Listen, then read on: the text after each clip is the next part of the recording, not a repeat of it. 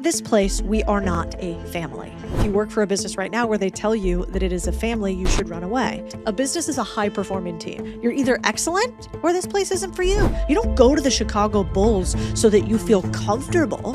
You don't go play on Kobe's Laker team so that you can do whatever you want and you don't have to get any fucking feedback. Competition is fucking fun, you guys. There's a thrill to trying to see what you're capable of. This is the Big Deal Podcast, and I'm Codie Sanchez. Today, we're going to talk about how to get on winning teams, how to run winning teams, and we're going to talk about what it takes to actually have the life that you want, because you can't get very far by yourself. This is kind of a Codie was having a hissy fit last week situation where I was running some stuff with teams. Running teams are one of the hardest things you'll ever do in your life. If you've ever done it, you know, whether it's your kids' basketball team or it is your actual company that you're running. The best part about running a business, the people. The worst part about running a business, the people. And so this episode is kind of like the hard truth I want to instill and bury into the brains of every single human who works for me, and also young Codie, and Codie before she had achieved a lot of things that she wanted in life. And so if you are worried at all about how do you run better teams, and if you want to be a winner on a team, this episode's for you. I want to start with a story. And the story is from a book I've been reading lately called 11 Rings by Phil Jackson, who is one of the most storied basketball coaches of all time. He won with Michael Jordan and Scottie Pippen during the Chicago Bulls era, sort of like the most famous period in all of basketball in the U.S. And then he went on to win also with Kobe Bryant and Shaquille O'Neal in the Los Angeles Lakers. And so he's just a legend. And I want to share some of the stories that he shared. One story I want to share is about how he is called the Zen Master. So this was kind of counterintuitive for me, but I believe that the way things start is usually the way things go. And if you don't like it in the beginning, you're not going to like it in the end. And why I like this and relate this to being a Zen Master is, if you don't know, Phil Jackson was a practicing Zen Master and practiced Buddhism. So he's like this big, huge former basketball player, kind of known for being fiery, yelling at players. A lot of players didn't like him. He didn't like a lot of players. So he's this intense figure who simultaneously is a Buddhist, which is kind of interesting. And they called him the Zen Master because he would have a group of gnarled, intense, sometimes from the hood basketball players like the original Chicago Bulls were, and he would try to get them to meditate. And what I think is interesting is the way things start is the way they end. He was pretty famous for every single day meditating in the morning. And I know a lot of these days, self-help gurus talk about the importance of meditating. Can I tell you something right now? There would be zero way I could run the number of businesses I run right now if meditating wasn't a part of my practice. 60% of the time. Not every day. I wish I was that perfect. But if you're wondering what you could be doing every single day that literally wouldn't even be a hard tax on your body, would be like stroking yourself like a little cat that needs an itch, it would be meditating. And I get that from one of the hardest dudes I know. And in fact, he even went so far as to tame Dennis Rodman in many ways, who was a psychopath, if you didn't know him, famously friends with Kim Jong-un, and one of the more wild basketball players of all time. And one of the ways that he did that was by teaching Dennis Rodman meditation. Another story that he told that I thought was really interesting was a story about a Buddhist monk, and I'm going to tell the story to you, and then I'm going to tell you why it matters and how you can use it with your team, because I just told it to them on our Monday call we do each week. The story goes like this: there's a Buddhist monk who travels around to a bunch of towns in China, and he shares his wisdom. He's known for these long, intense philosophical lectures where he speaks to groups of hundreds of monks. And one week, as he's giving one at the end, he's wrapping it up, and we see all the monks sort of enraptured with his wisdom and brilliance. But one monk raises his hand, and he says, "I actually understood not one thing you said during the last few hours. Could you tell me one simple thing that is true about Buddhism?" And the monk thinks for a minute, and he just says, "Everything changes." And why I think this is so important is because a lot of times in my teams, I see a little freak out about change. We humans do not like it much. It typically signals some sort of transition in which we could have a threat or something could go wrong with us. But in fact, if we can get used to change, then we can get more used to winning, because how can you grow a tree but start with a seed? How can the seed become a tree, but crack open, expand, get watered, grow into something absolutely ridiculous is only by the fact that change is inevitable and it has to go through it. And so I loved that story from him. The idea that Phil Jackson has is one that I try to inspire in my teams, which is basically this, that at this place, we are not a family. We're not a family. And I, in fact, think that if you work for a business right now where they tell you that it is a family, you should run away because it's not true. You don't fire your family unless, they did something really gross. You don't yell at your family in a performance review and tell them that they're not meeting company expectations and give a scorecard to grandma. You're just like, okay, grandma, she says inappropriate shit every time she gets a little ginned up. Okay, fine. It's a totally different thing. So a team is not a family. A business is not a family. What is it? A business is a high-performing team. At my companies, we run fast and we grow, and we're some of the fastest companies in our sectors because we operate like the Chicago Bulls. The idea is you're either excellent or this place isn't for you. And hey, no problem. Not everybody wants excellence, and that's okay. You can go do non-excellence just about anywhere else in the country. But if you are one of those crazy motherfuckers that can't sleep for the want of becoming a better human, that wants to wring out the capability you have within you, that wants to make as much money as possible, create things that matter in the world, and actually do it with a group of other people who are just as good as you, then you want to work in my companies. And that's what we say. You don't go to the Chicago Bulls so that you feel comfortable. You don't go play on Kobe's Laker team so that you can do whatever you want and you don't have to get any fucking feedback. You go on those teams because you're like, I am the best in the world and I will win at this championship. And if you don't want to win, you go play in the B leagues. You have a beer club. Like, that's fine. Nobody's saying that you have to do that. This is a self-selected process. But I think we should be honest about the fact that the best businesses are like teams. You trade players when they don't fit anymore. They trade you when they want a different salary or a different geography. You guys hope that you make each other better. You take care of each other. You exit in the right way. You have good and constructive feedback, and you have really harsh conversations. But you don't expect to be tied together for life. If you are tied together for life, that's a partnership, and that's something a little bit different. And only a few of the people that you work with through time will actually become partners. My old boss, Jim Bowen, used to call it people who would travel through time with. The only people that got partnership, aka equity at that company, were people who traveled through time together. And that, I think, is very true. The other thing that I wish I realized earlier about teams and being a winner is this. Look up the history. Do you think Scottie Pippen, one of the best basketball players of all time, and Michael Jordan, arguably the best basketball player of all time, you think they got along the whole time they were at the Chicago Bulls? Well, actually, if you looked at, all of the posters and the paraphernalia, you might think, yeah, they look like best buddies. He's always feeding him the ball. They're like the two biggest names. They built this huge team. But actually, they hated each other many times. They rubbed against each other the wrong way. They had massive friction. They disagreed. They pushed each other because the truth of the matter is iron sharpens iron. And I think the other thing we have to realize that we've totally lost in this world today, I don't really know why, but we've lost the ability to have really difficult conversations with people and to say, you really want to go there? You actually want to have this conversation? Do you think you're on the right side? And push back. And have the other person push back too.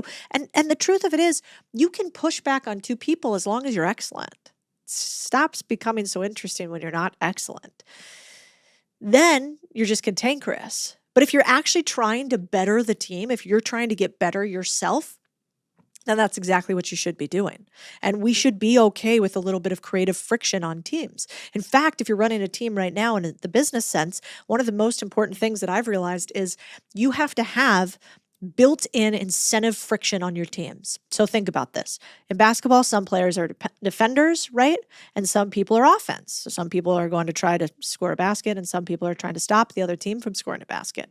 They are inherently at odds. The defenders want to make sure that it's super hard for anybody to make mistakes.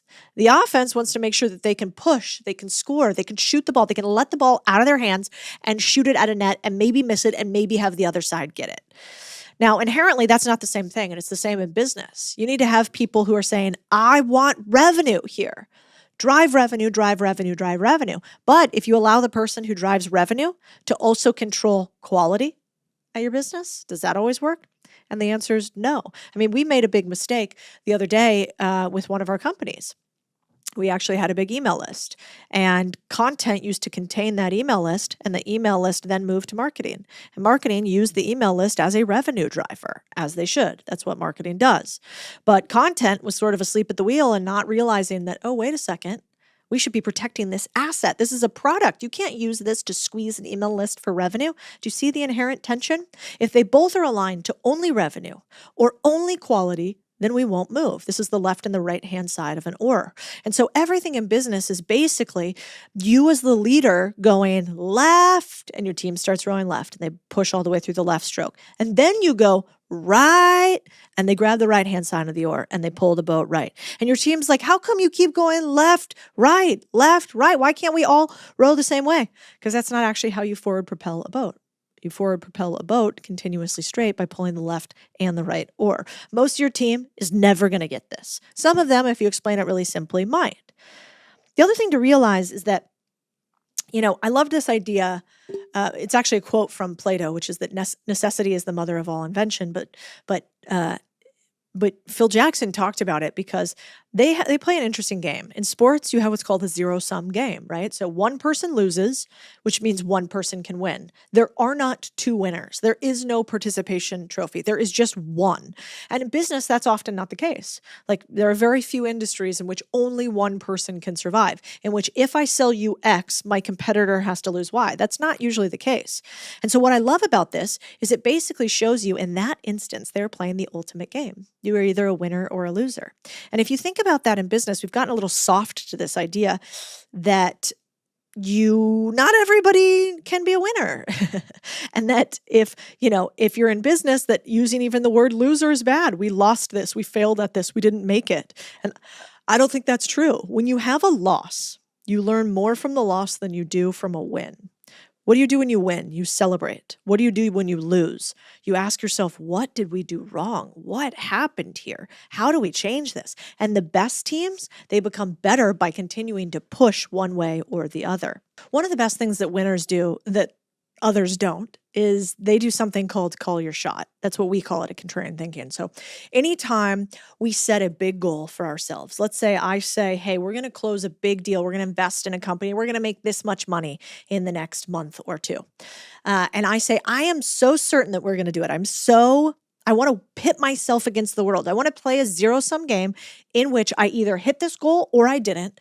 We say that's called to call your shot, kind of like you might call your shot at a free throw line, like that's going in, or a three-pointer, or I'm going to score this many points per game. And the reason why you do that is because competition is fucking fun, you guys. I think as we get older as adults, we forget about this game of competition. Unless we're athletes all the time playing against one another, there's a thrill to trying to see what you're capable of. And so if you want to be a winner, I think a fun thing to do even in your business, even as an employee, is to say, I want to call my shot on this. I think I'm going to be able to hit this thing by this date faster than anybody else. And if you're not even an employee, I think about it. For instance, my mom, who I love, we call her the bulldog. She's an absolute animal. She just gets things done, or she's like a dog on a bone. She's just like, just gnaws on the fucking thing until the marrow comes out. And so anyway, we had a problem near the office with a homeless dude. And the homeless dude, whatever, he's staying on a lot by the office. But you guys, and you can only make this up in Austin, Texas, he takes over the lot. Then he creates like a house on the lot, like a tent house on the lot. We're kind of ignoring him. It's fine. I'm watching to see if there's anything dangerous going on. Well, it escalates when he threatens one of my employees with a knife and tells her that she can't park in front of his property because he is turning into a paid parking lot and she is in front of his parking lot. And so he says, do not park there, threatens her with a knife. Anyway, we call the cops. The cops come, and I fuck you not. I couldn't make this stuff up if I wanted to. The cops come, and they talk to my husband, and they tell him that they can't do anything because the guy says that she was parking in front of his ingress-egress. And so she shouldn't do that. So you almost have to laugh. So anyway, my mom heard this and was like, this is ridiculous. Law-abiding, paying taxes citizens. We're going to make sure that is not acceptable. And so what does she do? She like works the problem. And she says, we're going to finalize this to make sure all of your people are safe. And we're going to do it in the next 30 days. And lo and behold, I get a phone call today and she does it. And so I don't want you to think this is just related to business. Call your shot in life. You might surprise yourself at what you're capable of. And then the cool part is you might actually do it. And it could be a small thing or it could be a big thing. The last thing on Phil Jackson I want to close with is that he has a great saying. So let's say that 2024 was not your year. Team hasn't done what you wanted to do. Your business hasn't. Your life hasn't gone the way that you want it to go. He says, do you want to know the best way to not win this year? It's to do what you did last year. And it's so simple, except so often we keep repeating the exact same habits, routines, people we hang out with from one year to the other. And so if everything changes is the mantra we know to be true, then we've got to make sure that we change alongside it, because the only thing that we know will kill us for certain is in a world in which everything is evolving. If we stand still, what are we actually doing? We're atrophying. Physics tells us this. There is no such thing as stasis. You cannot stand still. Even right now, if I wasn't moving, I would be breathing, blood would be pumping, atoms in my body would be moving around. There is no such thing as standing still. So if you are not moving, you are actually doing what? You're atrophying. You're starting to die. And I remember that a lot in business. That's why you have to set bigger goals every single year, because if you think, hey, let's just keep the business exactly like this, well, what do we know? I don't know, inflation increased by anywhere from 3 to 10%. More competitors come on board, so they come at us. Maybe our product is old, and so the product needs a little bit of zhuzhing up because it's not as relevant anymore. Maybe AI has crept in some way. So if we aren't evolving, we are dying. And if you do the same things this year that you did last year, you're not going to make it. And I think that's a hard truth. Okay, let's do a few stats here to show you that I think I'm right, and we'll see if the data backs this up.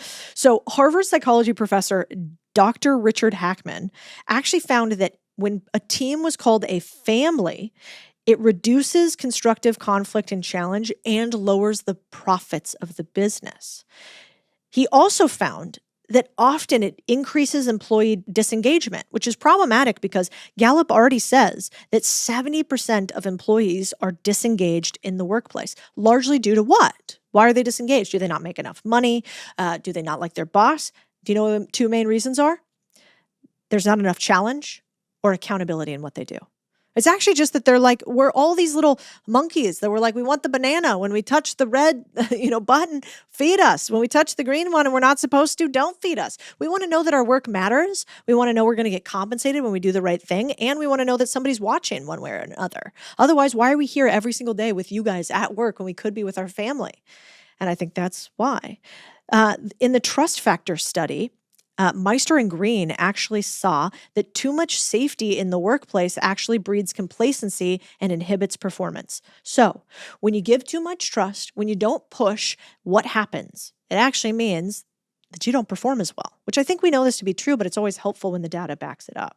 Okay, my last little pitch to you guys on the data portion of this is look at this. So Kinsey did a study that said, if you have low-performing people on your team, and you do not measure productivity of the team overall, what happens? Well, top quartile teams with no low performers on them, they achieve 50% more profitability and 30% more productivity.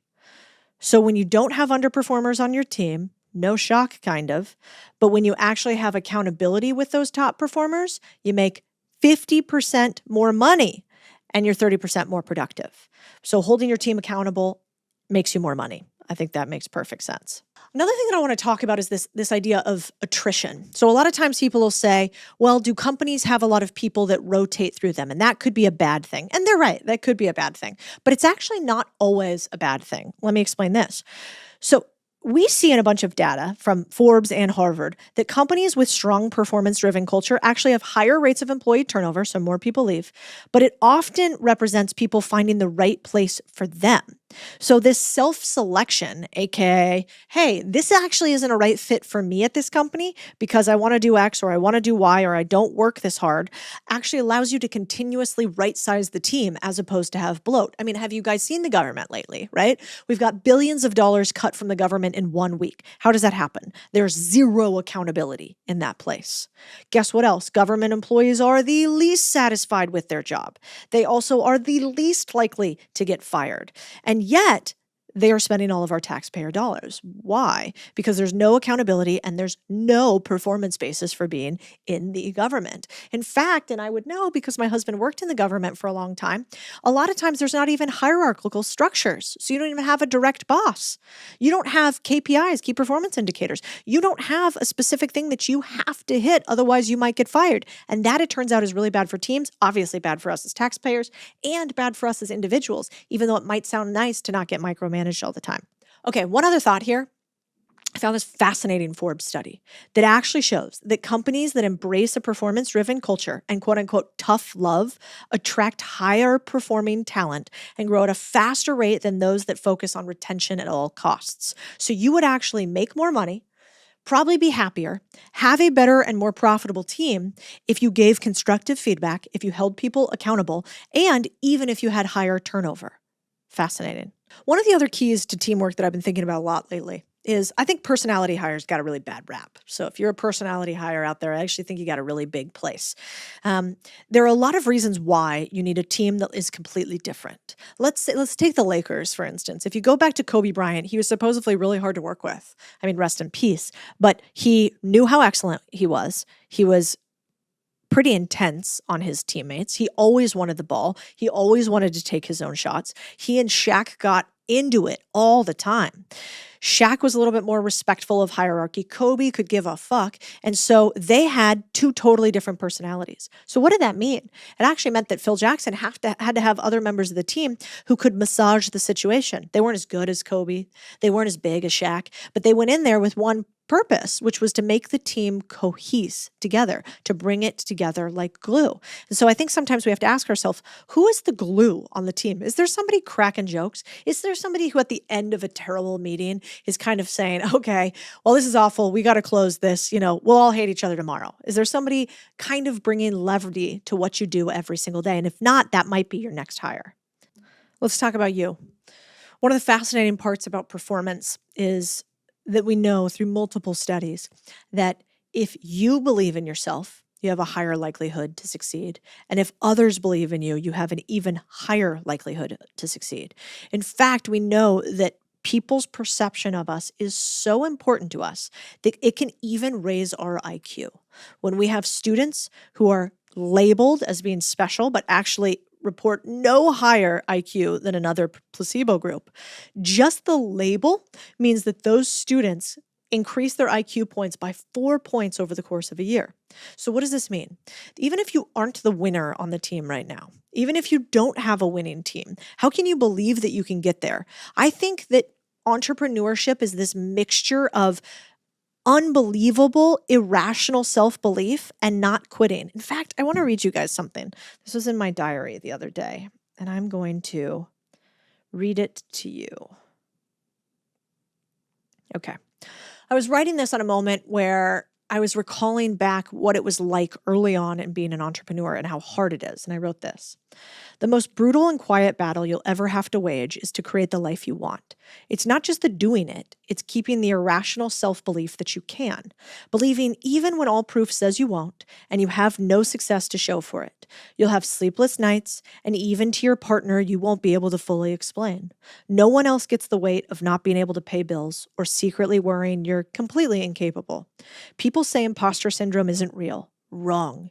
I've never met a successful person who wasn't hanging on to the edge of discomfort. But if you can keep this battle alive, keep believing in you despite all of that, you will achieve maybe even more than you set out.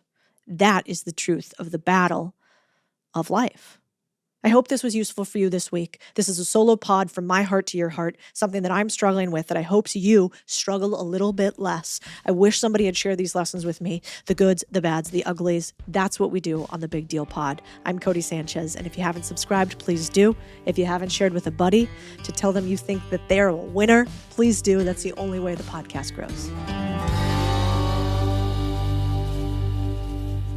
Make sure you put your energy first, because if you're reaching and thirsty and striving, you are blocking and you're just going to feel like a hamster in a wheel and you're never going to be able to attract it. So how do you actually do it then? This isn't going to be something that you want to hear. Today's teacher has spent decades researching how you rewire fear, self-doubt, and subconscious blocks, not by pretending everything's fine, but by confronting your patterns that quietly sabotage momentum. Today, let's learn from Gabrielle Bernstein. It's not becoming a millionaire or successful that's important. It's the person you have to become in order to become successful. You have to change you to get the changed life. So today, we are going to change you. We can achieve a lot by doing and pushing and controlling, but we're actually only achieving a fraction of what we're capable of if we're not allowing. It's like any entrepreneur would be juggling a lot of plates, but the problem is you're juggling the china and you're juggling the Tupperware. You got to drop the Tupperware, honey. You can do less and attract more, and that it's safe to slow down and it's safe to invest in yourself. The sooner you learn that, the more success you'll receive. Promise? I promise I can stand by it. Let's say that somebody right now is mid-decision or mid-difficult thing, and they start spiraling. What do you do to break that mind pattern? I've been doing this a lot lately. So I was just doing all my 2026 planning like everybody else. And, candidly, I think one of the issues for all of us is we say we're going to do these things. We come up with all these plans. I'm 38 years old. I've been doing it for 38 years, basically. And then we don't follow through on them. And I was going through, what would Gabrielle do in many instances? And one of the things that comes up in your work a lot is that we have a lack of confidence. And a lot of the reasons why we don't do something is because of our confidence. So what would you say to somebody who's trying to plan right now, trying to change their life, but maybe doesn't even have the confidence to set the kind of goals that they would need to change their life? This isn't going to be something that you want to hear because it's a little off-brand, but I would say change the goals, because we don't want to be reaching for things that we don't believe in.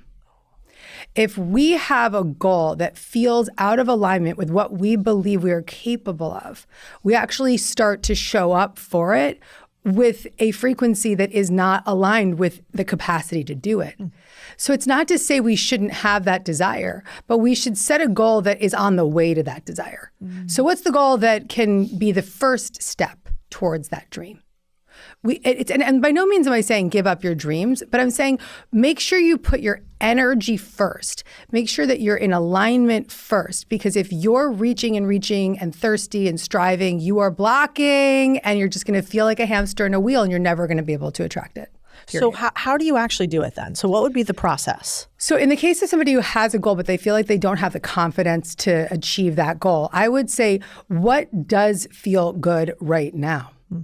What feels good right now? So it may be that you want to achieve this big career accomplishment, but you don't know how to get there, but you know that today you can take that one first step to polish up your resume.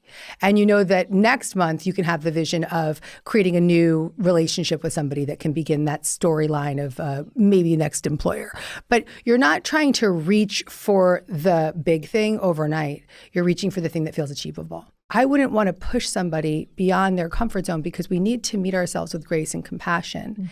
And when we're tender to ourselves and we don't push in a way that feels aggressive, we can then start to have these little mini wins. And those mini wins, when we add up those small right actions daily, start to become the big wins. Yeah, it's compounding. I'm not very good at that. I'm a pushy broad. Let's say that somebody right now is mid-decision or mid-difficult thing, and they start spiraling, or you start spiraling. What do you do to break that mind pattern? I've been doing this a lot lately. Interesting. For myself. Okay, so I can notice my loop. I can easily get into a loop. And that loop has been waking me up at 3 o'clock in the morning. You know, the 3 a.m. loop. And what I've been doing instead is something I actually taught my son. So my son will wake up, sometimes he's 7 years old. So sometimes he'll wake me up in the middle of the night and I'll be like, I can't go back to sleep. I had a story. And so I'll alchemize the story. So like, let's take the story, let's put it in a little ball. And then I'll send that story out into we have a pool outside. So I'll say, let's put it in the pool and then it can just, melt away in the water. And I just visualize sending the story away. And then I start to engage him in a new story. And I'll say, can you start to visualize yourself skiing? Because he's a new skier. And I'm like, see yourself on the mountain skiing and doing the thing that's really exciting for you.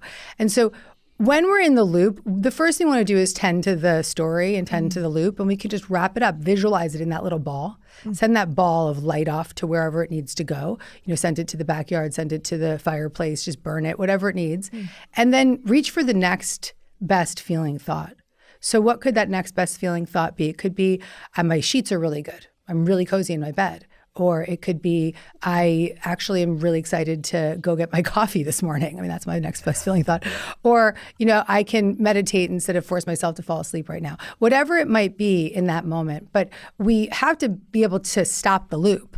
But we don't want to override ourselves. You can't. No amount of pushing yourself is going to help you get unstuck.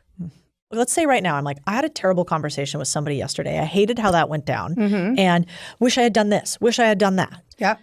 So then what is the next thought? I sort of take that whole idea, I put it in sort of a shiny bubble. Yep. You can put it in the bubble. Yep. You can say, I'm going to send this off. The other thing I would recommend too is, just as coming from the entrepreneurial side, and I know this is your audience listening, is we typically will wake up with these to-do lists and the things that we have to fix and all of and I do every day.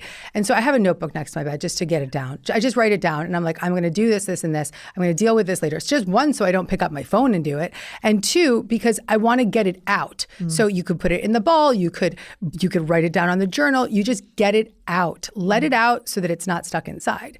And even if you just put that down and give yourself permission to just say, I'm going to give this away for the next hour, that in itself can kind of set you up to win.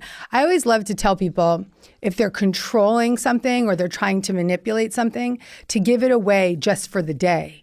So we can do anything for 24 hours. We can say, okay, that situation with the person that really got you riled up, give it away for the day.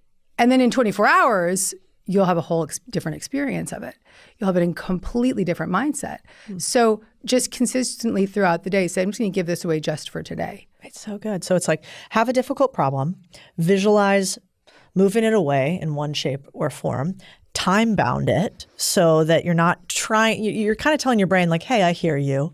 It's just for a minute. Yeah, just for today. Which gives you an emotional sort of separation from the idea. Yes. Love that. Yes, just for today. And it's also a prayer. It's like, take this from me. I don't know what to do with this right now. I don't know how to manage this right now. Take it from me. Is that like what the voice in Gabrielle's head sounds like when you're struggling with something? Yes. And I forgive myself.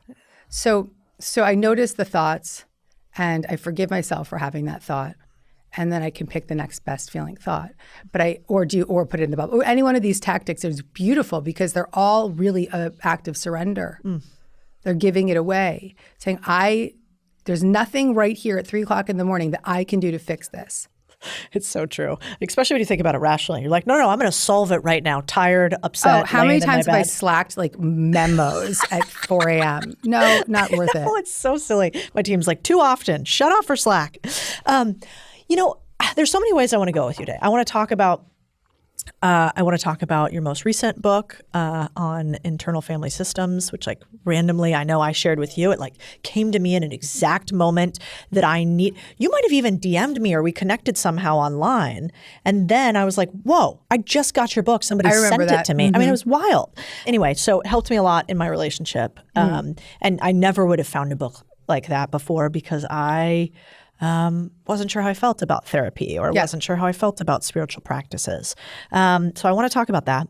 I also want to talk about like your large body of work in manifesting. But, if someone was to listen to us today, right now, and they have like all of your body of work that we're going to talk about, what changes in their life if they listen to this conversation today and they apply it? Like, how will their life be different? Everything will be different. I can say that with full conviction. My late mentor and friend, Dr. Wayne Dyer, said, when you change the way you look at things, things the things you look at change. So Let me say that better for you so you can get the better quote. Oh, it was so good though. When I you love that quote. change the way you look at things, the things you look at change. That's so true.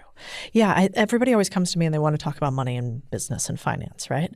And I like to talk about that. So we give tactics. But the thing that I've realized again and again is if they don't have their mental capacity right, if they don't have sort of the foundations, the things that you talk about, then it's actually quite hard to attract all the rest. And I didn't used to think that was true. Absolutely. I mean, we can achieve a lot by doing and pushing and controlling. Mm-hmm. But we're actually only achieving a fraction of what we're capable of if we're not allowing. And I think that a lot of times we think we're allowing because we like what we do, but we still have so much muscle in the game, or we're just so, pushing harder, wanting to have our hands in everything. And so we're really blocking our capacity. Actually, I was talking to somebody yesterday. She gave me a tarot reading. Like someone gave me a tarot reading. I was like, this is really cool. And she said, you're juggling all of these plates at once. Like any entrepreneur would be juggling a lot of plates. She's like, but the problem is you're juggling the china and you're juggling the Tupperware. And she's like, you got to drop the Tupperware, honey. And it was so perfect for me to hear because I have to drop the Tupperware. If I don't really let myself be in the juggling of the china, I can't also be in the allowing. So we can be doing and allowing at the same time when we're focusing. Let's talk about how we actually do that. Like, even when we hear the word manifesting, for instance, so many people talk about manifesting now. I live in Austin, capital of manifesting, but we talk about it in a lot of silly ways, different, I think, even than the way you would talk about it, which is that manifesting isn't always like some feel-good, fluffy thing. There's actually I wouldn't even use the word right or wrong way, but there are particular ways maybe to manifest. Yeah. How does somebody manifest correctly? Well, we're always manifesting. We're always manifesting, whether we... Even when we don't think we are? Even when we don't think we are. We're manifesting oftentimes what we don't want. We're manifesting who we are. We're manifesting the energy we put out. We're manifesting at all times what we believe. Really, the law of attraction is that you attract your likeness. So if you're putting out frantic energy, you're going to get more frantic experiences. If you're putting out a high vibe, you're going to get the highest vibe back. Today I was on Good Morning America twice. I didn't sleep that well last night. I woke up, I pulled it together. I had 2 segments back to back, but I was like, I'm showing up with the best attitude. I'm going to make everybody feel good in my presence. I want to have fun. And I was smiling at the doorman, smiling at the producers, giving love to the girl. One of the women was like, you've been stalking me on social media. And I was like, here's my app. Like, do the manifesting challenge right now. Like, literally, coaching everybody backstage, coaching the producer backstage, just like in it. And then at the end of the show, at the end of the second episode, the bouncer comes up to me and he goes, grabs me. And he goes, don't stop doing what you're doing. He said, you make people feel really good. Okay, boomerang back to me, right? Boomerang that loving energy and that reflection right back to me, what I put out. So you get what you put out. And that doesn't mean that you can't have a bad day. And that doesn't mean that you can't be going through a lot of shit. But it's about how are you going to show up for it? It's not what we experience, it's how we experience it. And so are we going to say, oh yeah, I'm in a bit of a shit pickle here. I'm going through a big storm, but I'm going to show up for it with faith, or I'm going to read that self-help book that's going to help me, or I'm going to listen to that episode with Gabrielle and Codie, and I'm going to just open my mind a little bit more. Those little steps towards that better frequency have the capacity to completely redirect what you attract into your life, which is why if someone's listening and watching this now and takes to heart what we're saying, they can change their lives today, starting today. It's a really good point. So what does that look like? Like, I've had that same feeling. Like, you've been around somebody. Oftentimes I find it with somebody who has a lot of faith. Like, I can really tell, maybe because I grew up that way, a lot of times when somebody has like they kind of live lightly on the world, but they have like a deep sort of, in my life, how it's come up is a lot of times it's a Christian faith. And they're just like, I'm just like, God, whatever's happening here, it's good. If it's Botox or whatever that vitamin A serum is. And so, like, how do you show up with good energy? When you're walking into a room and you are feeling a little tired, are you like visualizing love at the person? I know this is maybe a little touchy-feely, but like, what does that actually look like? Well, I'll start by saying that it does start with faith, because my desire to show up with that frequency is my desire to be an expression of love. And in other faiths, it might be an expression of God or Buddha nature or the universe. So because I am grounded in a very unshakable faith, which is the title of my next book, here I'm announcing it here on your show. I've just started writing, I haven't even sold it yet. But this idea of living with unshakable faith puts you into this point of attention, noticing and knowing, okay, what I focus on, I create more of. What I put out, I get back. And you live in that knowing. So you're consciously choosing to co-create a reality that feels good to you. And you aren't doing it from this sort of fake energy of like, oh, well, I read this on, in the internet, or like TikTok told me to do this. It's, I actually believe and know if I bring my highest frequency, I will feel more elevated, and I will elevate those around me. Also, I believe that when you live with unshakable faith, you're also not just living for yourself, you're living for the other. And so I knew that if I showed up on January 5th, Good Morning America, and I could bring a high vibe to these people that woke up at 3 o'clock in the morning to be there, right?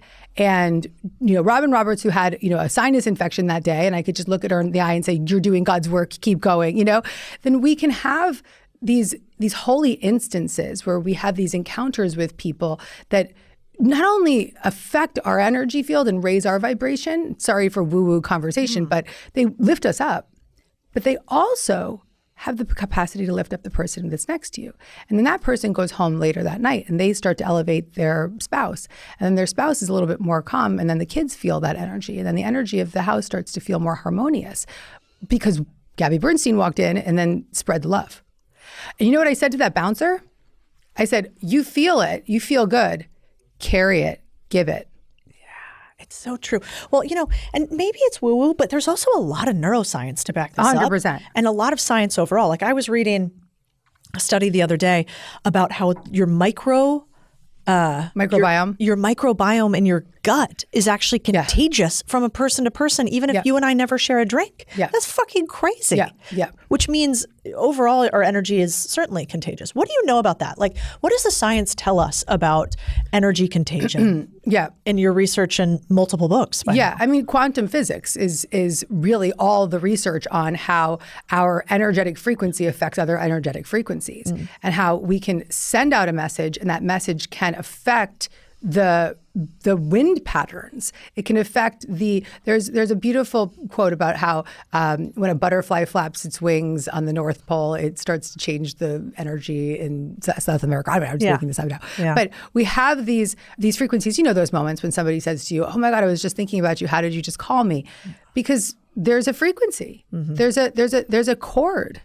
And when we pay attention to that, we actually ground ourselves back into what is real. And here's the thing. We live in this world where we're taught the opposite of this.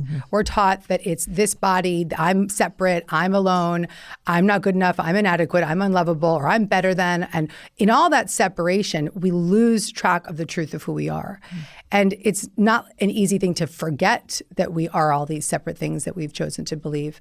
But when we return one step at a time to that truth, that there's a oneness within us, that there's a true nature within us that's contagious, that can be affecting your microbiome, then what happens is we start to take that more seriously. And we recognize our imprint matters. This is a secret nobody shares. I've done thousands of deals, but until now, I've never shared the most valuable 10% publicly because I want to buy these businesses myself. Then I realized that if you guys buy the businesses, I get to do the deals with you. So this year at Main Street Millionaire Live, it is your chance to see our insider strategies. I'll teach you how we find, buy, and scale a business step by step with the frameworks that I literally use to buy all these businesses. So if you want to go from an aspiring owner to someone actually running a profitable business, join me. I'll give you my blueprint, and maybe we end up doing deals together. What do you do when you are stuck in negative self-talk? Okay. I do a lot. I will have a choose again method, which I shared earlier, which briefly was notice the thought, forgive myself for having the thought, and then reach for the next best feeling thought. So this sort of comes back to the woman or man listening that wants to have that big goal, but they don't have the confidence to do it, right? So then they go into the loop of I'm not good enough. and they're in that I'm not good enough. But if they forgive themselves for having that thought, okay, that's just a thought that I keep thinking. Let me just forgive the thought. And the next best feeling thought could be, well, I watch Codie and she's helping me every day to feel more confident, to give me the skills, to give me the tools. I can watch her for free on YouTube. I'm good. I've got a coach, right? Or I just picked up that book that's really serving me, or I can go polish up my resume. And these are the small micro thoughts that you start to reach for that start to energize you more and more and more. Is that based off like cognitive behavioral therapy? It's a little bit like CBT. It's also really a manifesting tool, right? It's a tool for not trying to convince yourself of something that you're not, but instead leaning into what is, leaning into what's possible right here, right now. And that's a very compassionate way to work with yourself. I love that. Yeah, because in every moment, there are good things and bad things. If right now I was tired, felt sick, had a sinus infection, had cancer, had all the terrible things, but I could notice like this espresso's amazing. Exactly. And sometimes the folks who have the most dire circumstances are the ones who can really experience these types of gifts the most because they kind of are like, fuck it, Like, why do we lose that? Like I remember I dated this one guy back in the day and he said a line to me that I thought was one of like the most tragic lines of all time. And the line was something kind of incredible I thought happened to us. I was like, oh, we're at this incredible vacation and then we had this thing happen and this is so amazing. And he looked at me and he said, nothing really excites me anymore. And I thought about that for a minute and just thought, what a tragedy. At the time we were probably mid-20s and sure, like had some success. He was very successful in business, good looking dude, all the things. But you really could find a world around you that you don't get excited by anymore. What an absolute tragedy. And so like, in your opinion, you've helped hundreds and thousands of people. What happens to us? Why do we lose that excitement? Why do you lose like that joy de vivre or whatever you want to call it? I think most people are living that way, unfortunately. And I believe that we find ourselves in these patterns that are rooted in our core beliefs from a very young age, which brings us to the IFS work. And these core beliefs are beliefs of I'm not good enough, I'm inadequate, I'm unlovable. And when we live and protect ourselves day over day from these core beliefs, and we're in these sort of mechanisms of protection, right? We don't want to feel those feelings, so we do whatever it takes to protect ourselves from having those feelings. We build up a lot of patterns and behaviors that can set our lives up to feel inadequate, to feel unlovable, to feel not good enough, to feel not exciting. Or we have belief systems that we're not worthy of joy, or we get stuck in a pattern or a loop that feels like it's so disconnected from any capacity to have that joy. But I think the biggest one is that we don't believe we're worthy of it. And let's explain IFS a little bit. Like, what is internal family systems? What does it do? Who should use it? Okay, so internal family systems therapy is the therapy that changed my life. I wrote a whole book about it. My 10th book, Self-Help, is all about And it's IFS. an amazing book. It's also really short, which I love. It's like exactly what you need, not a word extra, which is really hard to do. So I commend you for that. Yeah, no, I like to keep it simple. Yeah. And IFS, simply put, is a way of befriending the parts of yourselves that hold you back, that keep you small, that keep you stuck. And getting into relationship with these parts of yourselves rather than shunning them or putting yourself down for it. And so, as I mentioned, we all have these moments in time as children, whether big T trauma or small T trauma. It could be that you experienced abuse or an alcoholic parent, or maybe you just felt like your parents weren't paying attention to you, or someone told you were stupid on the playground. And those moments in time create this very extreme feeling of not being good enough, being inadequate, being unlovable. And those feelings in IFS are called exiles. And so we were like, hell no, I don't want to ever feel that again. And we shut it down. We lock it up. And then after living that experience, we do whatever it takes from a very young age to start protecting ourselves from ever having to feel that again. So the little girl who felt like her parents weren't paying attention decides she's going to be a perfectionist. And she's been a perfectionist ever since. And if now she's 50 years old and you ask her, how long have you been a perfectionist? And she'll say, for as long as I can remember. Because that was her form of protection. Or in my case, I grew up with extreme trauma, and I lived in a way where I was constantly trying to find some semblance of control in a very chaotic environment. And so my big protection mechanism, called protector part, was control. only up until a year ago that I really befriend that control and heal that control part. But why did I try to control everything? Because deep down, I didn't believe that if I let go, I would be safe. I felt like I had to control to stay safe. And so we have these protection mechanisms. And they're typically the parts of us that will say, oh, I can't believe I did that again. Or a part of me is really rageful, or a part of me is really controlling, or a part of me, you called you said like the boss bitch or something like that. Like that's a part, and these parts have good qualities and bad qualities. Yeah. Like that boss that you have kicks ass, and she's done such great work in the world. But I also imagine she can be a little bit, frustrating at times, maybe. The same goes for me. It's like my controller part wrote 11 books in 14 years, right? So true. But she's also made a lot of people crazy. Yeah. And made me crazy. How do you recognize a part in you, either positive or negative, just to start with? Well, I think that, think about the beliefs or patterns or behaviors that you feel often either ashamed of or feel like quite frustrated with, or feel like you have to manage, right? And these could be addictive parts. Those are really extreme protectors, or they could be managers. They're just kind of like the controller that's around all day, or the bossy one, or the parts of us that are extreme, or the parts of us that are creating chaos, or the parts of us that feel like we become so blended with that we're like, something came over me. A part of me took over. I had a profound conversation with my son yesterday because these little people are developing their parts in real time. And he acts like a complete bully when he's around smaller kids or kids that are more vulnerable. And he starts acting out and being really bossy and really rude. And sometimes he'll even like get physical, and he takes his toys away. And later I was like, bro, what's going on? Like, what's happening? And instead of being like, you can't do that, I used my self-help tools, which I'll teach through the story. So I became curious. That's the first step. I became curious. And I was like, honey, what's happening? Like, what's happening in those moments? Very neutral.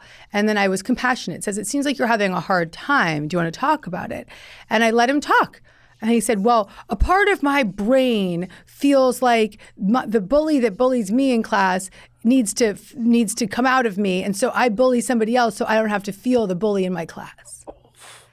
And I was just like, this is real-time self-help in action. We're just workshopping it right there because I was compassionate, because I was calm, because I was connected, curious. And we would never confront our parts that way. It's easy to do that with our children, right? Not even that easy, but in this case, I have the tools and I was able to be that way. But for our children inside, can you imagine the last time you said to yourself, like, what do you need? Or how can I help you? That's just so true. It's interesting because I read your book, and at the time, there's a lot maybe going on in business, and I noticed some parts in me. And, maybe before I had, you look at your partner and I'm like, well, you need to fix this, this, and this, and this is you, and you got to handle this. And eventually, you got to look in the mirror. And so, when I looked in the mirror, I was like, we keep having this repetitive pattern. It takes two people to have this pattern. So I'm at least part of it. How do we change it? And I remember reading your book and using it actively in conversations. And the questioning part is so much harder than it looks. Yeah. Like to truly just repeat back to your partner the thing that they just said, and really not parroting, because sometimes, just like get it done, parrot back. But no, really repeat back to them and then curiously ask them what's going on. Yeah. And what I would say is like, it helped us immensely. Now I kind of jokingly, I call mine the hormone monster because I think I don't even always want to say that it's me fully. It's not. So that's actually really important. Interesting. I mean, if you are in perimenopause now, you're in perimenopause a decade before you're in menopause. And I went through it early. So I didn't know from 35 to 45 that I was in peri because I went into menopause at 45. And I'm 46 now. So I didn't know this. I have to warn you. I have to warn all your listeners. They're maybe younger. They're a lot younger than I am, but it's happening now. And so your hormonal parts, there's no amount of therapy. There's no amount. The only thing that can work you through that is No, well, there's hormones to help. Yeah, I'm a big fan of hormone replacement therapy. I think do whatever it takes to get to great, and it's very in the zeitgeist right now. We can confidently talk about that. But I know that's an aside, but I think it's really important for me to be very, very vocal about that, because if I were to give my 38-year-old self some support and guidance, I'd say get on some progesterone or get some estrogen. Interesting. Get your hormones, or at least get your hormones checked. Yeah. Right? Because the fluctuations and to learn everything you can about perimenopause, because those parts, my husband, when I was going through the journey, was like, I don't know what's wrong with you. You've become so mean. And I wanted to, I literally had dashboard punching rage. Like if you had given me a gun, it would have been really dangerous. And so this is real. It's a crisis for women. And if you can hear me say this at a younger age, you can save yourself a lot of chaos. It's such a good point, because this has been the first year probably where I've acknowledged, yeah, we're women and we have cycles. And until then, I always thought, we just do the work and we keep going and we move forward and we muscle through, kind of like you talk about. And then, finally I was like, no, there's something to this whole cycle thing. And I can be the hardest worker out there in the world, but just during some periods or others, I'm different. There's a different Codie.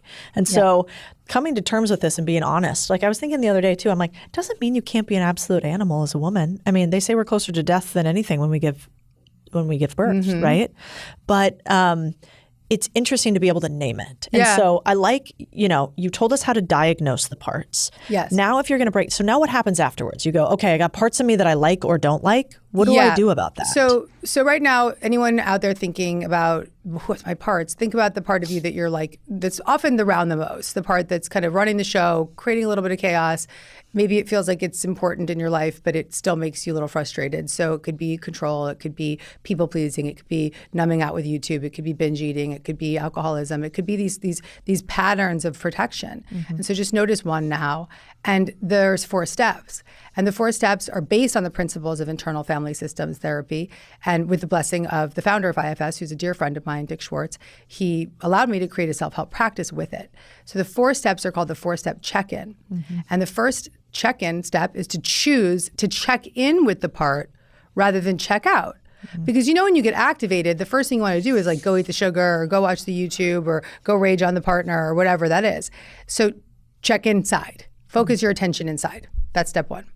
Step 2 is to become curious. So you would ask that young part of you, what's going on?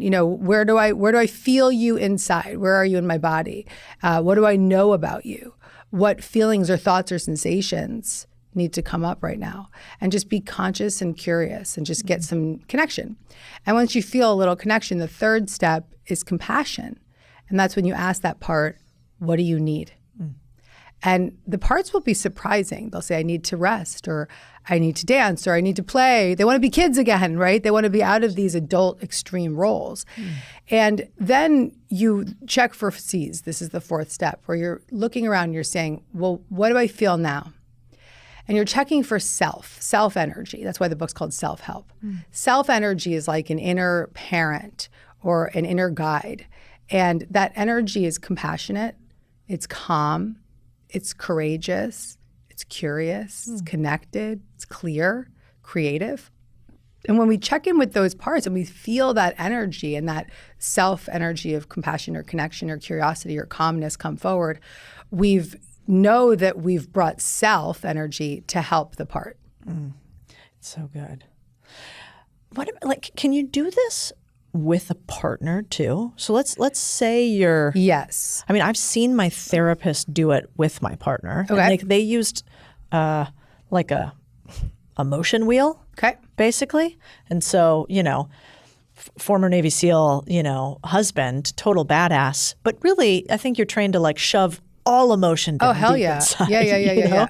And so he would have to sort of stop and go, no, I feel fine. And, his eyebrow would be like this, his jaw would be clenched, and he'd be grabbing his hands. We'd be like, fine? Are you sure? And so we would kind of check in with your body first and be like, okay, I notice when my jaw clenches and my eyebrow raises and my hand twitches, that actually means I'm not fine. I'm not fine. I'm annoyed. That's like a signal of annoyance or whatever. But how do you get your partner on board with this? And how do you like work with your partner on something like this? Or do you not? You don't at first.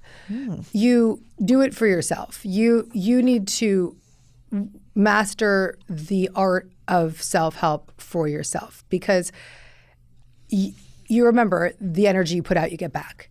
So if you start to assume more self-energy and you start to feel more calm and you start to feel more confident and courageous and compassionate and you have clarity and you feel connected, then your partner's stuff is no longer a match for self-energy. And so their stuff just kind of like floats in and it's like just sort of like dissipates because you're no longer triggered by their stuff.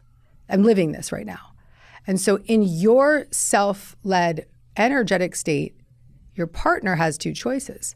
They can rise up to the occasion and get to work on their own, or they can stay stuck in their parts.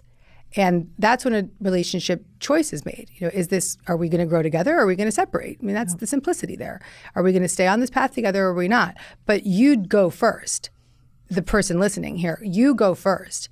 You tend to your parts. You recognize that the things that they do that trigger you are not about you, right? That those things that they do that trigger you are something that you must heal inside. And then in the experience of having your own healing, you no longer have the capacity or the energy or the desire to even engage in that bullshit. That's so true. It always starts with you, doesn't it? Why has then are to. there so many videos everywhere, like, with people saying today, how to spot a narcissist and, why all of your exes were narcissists. It does feel like we're all projecting that everybody else is the problem and not us. Stop blaming the narcissist and look at why you were a match for the narcissist.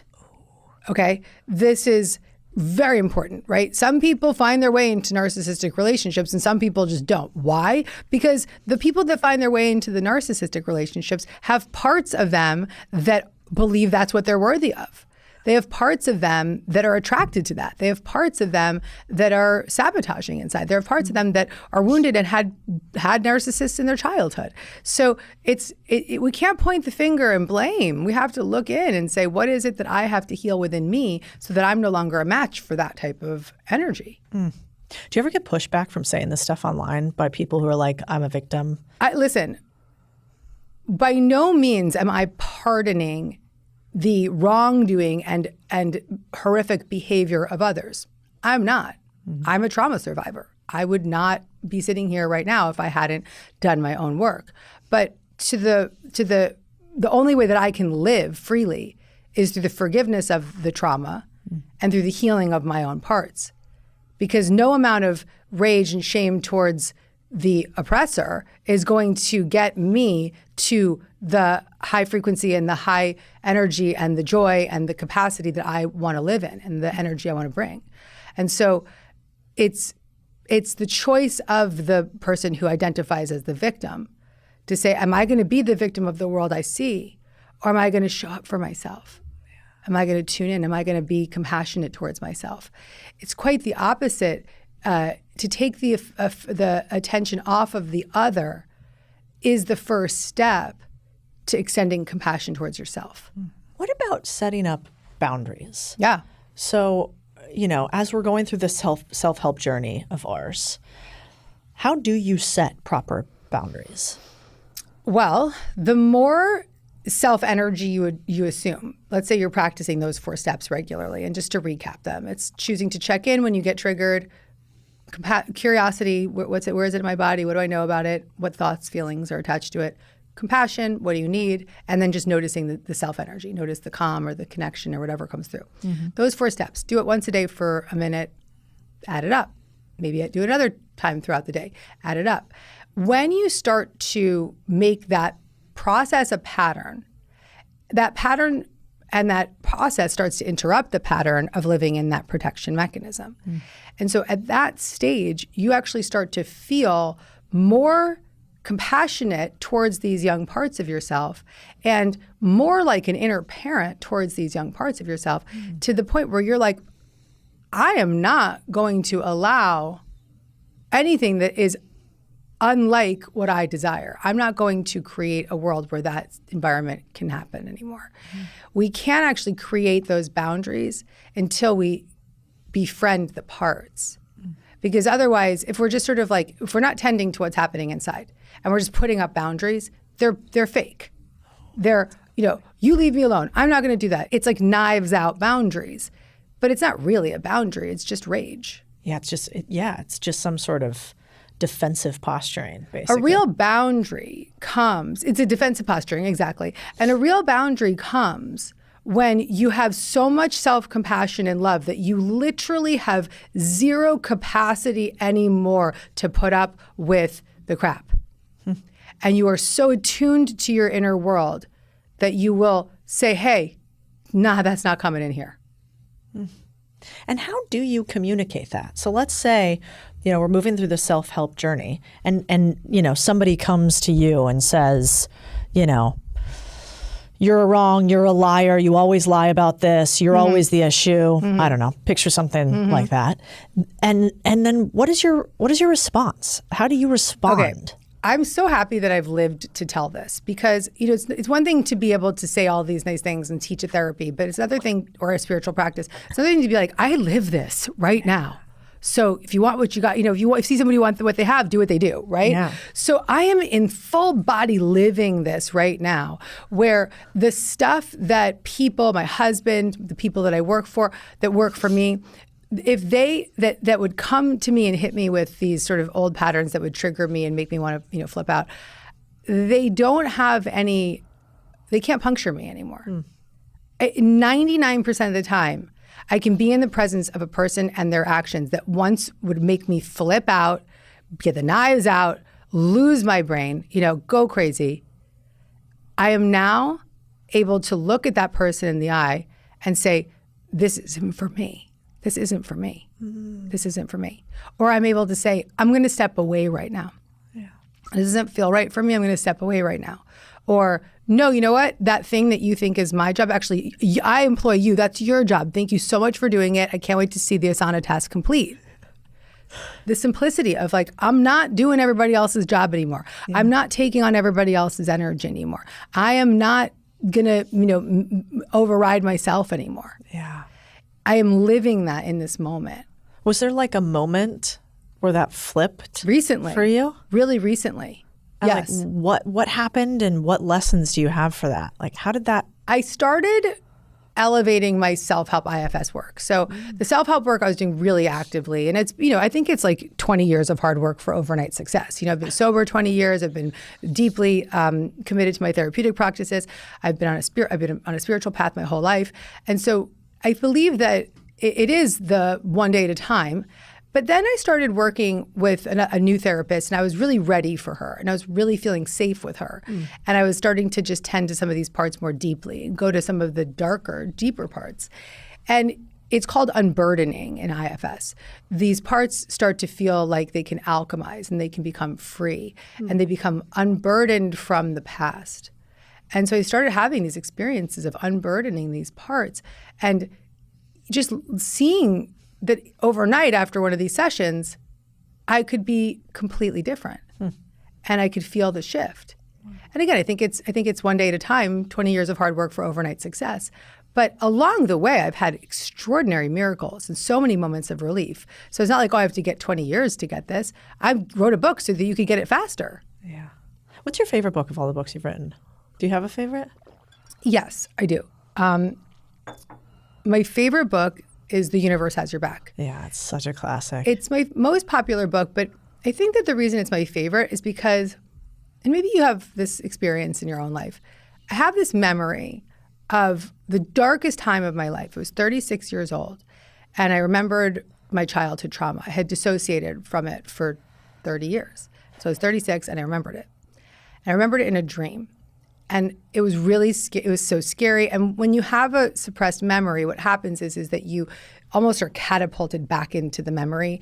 And the young part, it starts to get activated and you almost feel like you're in that child part again. At that time, by the grace of God, I had no speaking engagements for like a 3-month runway. This is like a miracle. And I just had this space and I had my country, I lived part-time in the city and I had my country house and I didn't have a child at the time. And so I just devoted my time to going up to my little whitewashed office, like the floors were white and the ceilings were white and it was these sort of like chapel-like ceilings. There was this white chandelier and a tiny little desk and I'd sit at my laptop and I would just write and I would just let the energy of the universe move through me, and writing that book healed me. And I think it's making me emotional. Like I think so fondly about that time. And sometimes I long for it and I want to recreate it in writing my next book. And I want to make, I almost like my friends of mine bought that house. I'm like, can I just go back to that room? It's now their son's bedroom. But it was such a magical time. And so the healing that I received in writing that is why that's my favorite book, because that healing also has just helped millions of people. And it's transmuted through the text. But that energy is in every reprint. But for me, it's the fondest memory of writing. Oh, yeah, I love that. I do think there's nothing more therapeutic for me than creating in times of difficulty. Right. It's often the opposite of what I want to do, but it is exactly what I feel like you have to do if you want to fully move through it, at least for me. It's the only way. I can't just sit in it. I can't just think in it. I have to create something to like get it out of me. Yeah, and when you're creating, creation and chaos can't coexist at the same time. So when you're in that flow state of creation, that self-energy is emerging. Because that self-energy is a natural state inside of us, and it's just waiting to be revealed. This is a little random, but you were talking about a therapist. How do you tell a good versus a bad therapist? Ooh, don't ask me that, because I've had some therapists that have not been good, and I thought they were for many years. So actually do ask me, because I can tell you. Yeah. Number one, do they make you feel safe? I had a therapist for a really long time, and I know that she was really important in my life, but in retrospect, I'm realizing how unsafe I felt with her. I dreaded the sessions. I was like my parts, like these young parts of me, were not able to be exposed because they were scared of her. And it was just her style or whatever. It was just sort of maybe her lack of integration, or I don't know exactly, but it didn't work for me. And I had a few therapists like that. And now having a therapist who I feel so safe with and can do such deeper work with, I know the difference. So the first question I asked yourself is, do they make me feel safe? Do I feel like I can open up? Do they have genuine compassion for me? Are they connected to me? Do they have self-energy, right? Are they curious? Are they confident? Are they calm in my presence? If they're a self-led leader, then that self-energy will help you heal. So good. Because these days I feel like everybody's a therapist. Everybody wants to be a life coach. Everybody wants to... I always giggle at like 24-year-old life coaches. I'm like, that's incredible. I'm 38. I couldn't even imagine, But it's hard to figure out who to listen to. Yeah. And so I think that's really useful. I think you also meet your teachers where you are. So, I started at 25. Actually, I was a 25-year-old life coach, and getting on stages and like filling just down the street here in New York City. Did you call yourself a life coach? For a few years. I actually wrote my first book based on my group coaching work that I did. I didn't do a lot of one-on-one. When you were 25? Yes. Get out. Yes. And do you feel like you could help people when you were 25? Yes. I was newly sober. I was really, really deeply spiritual. I was only teaching from the place that I was. So I was teaching spiritual principles. Yeah. I would not have been able to write a book like Self-Help then. I didn't have any of that capacity, but I could write a spiritual book. I was teaching what I knew. And I think that the beauty is that the women that entered into my apartment, my studio apartment down the street 10 blocks away, were 25-year-old women. They were me, right? They were reflections of my likeness. And so you often will find that teacher that you recognize yourself in. And now my audiences are much less age specific and gender specific, but that's also just because I'm more neutral. Like I'm just more like, I've got this wisdom that I'm willing to share and it can be resonant for all. But at that time, that was what related to that person. So for the 24-year-old life coach out there, the only message I have for them is, yes, do it, but do your own own work. Don't just make it up.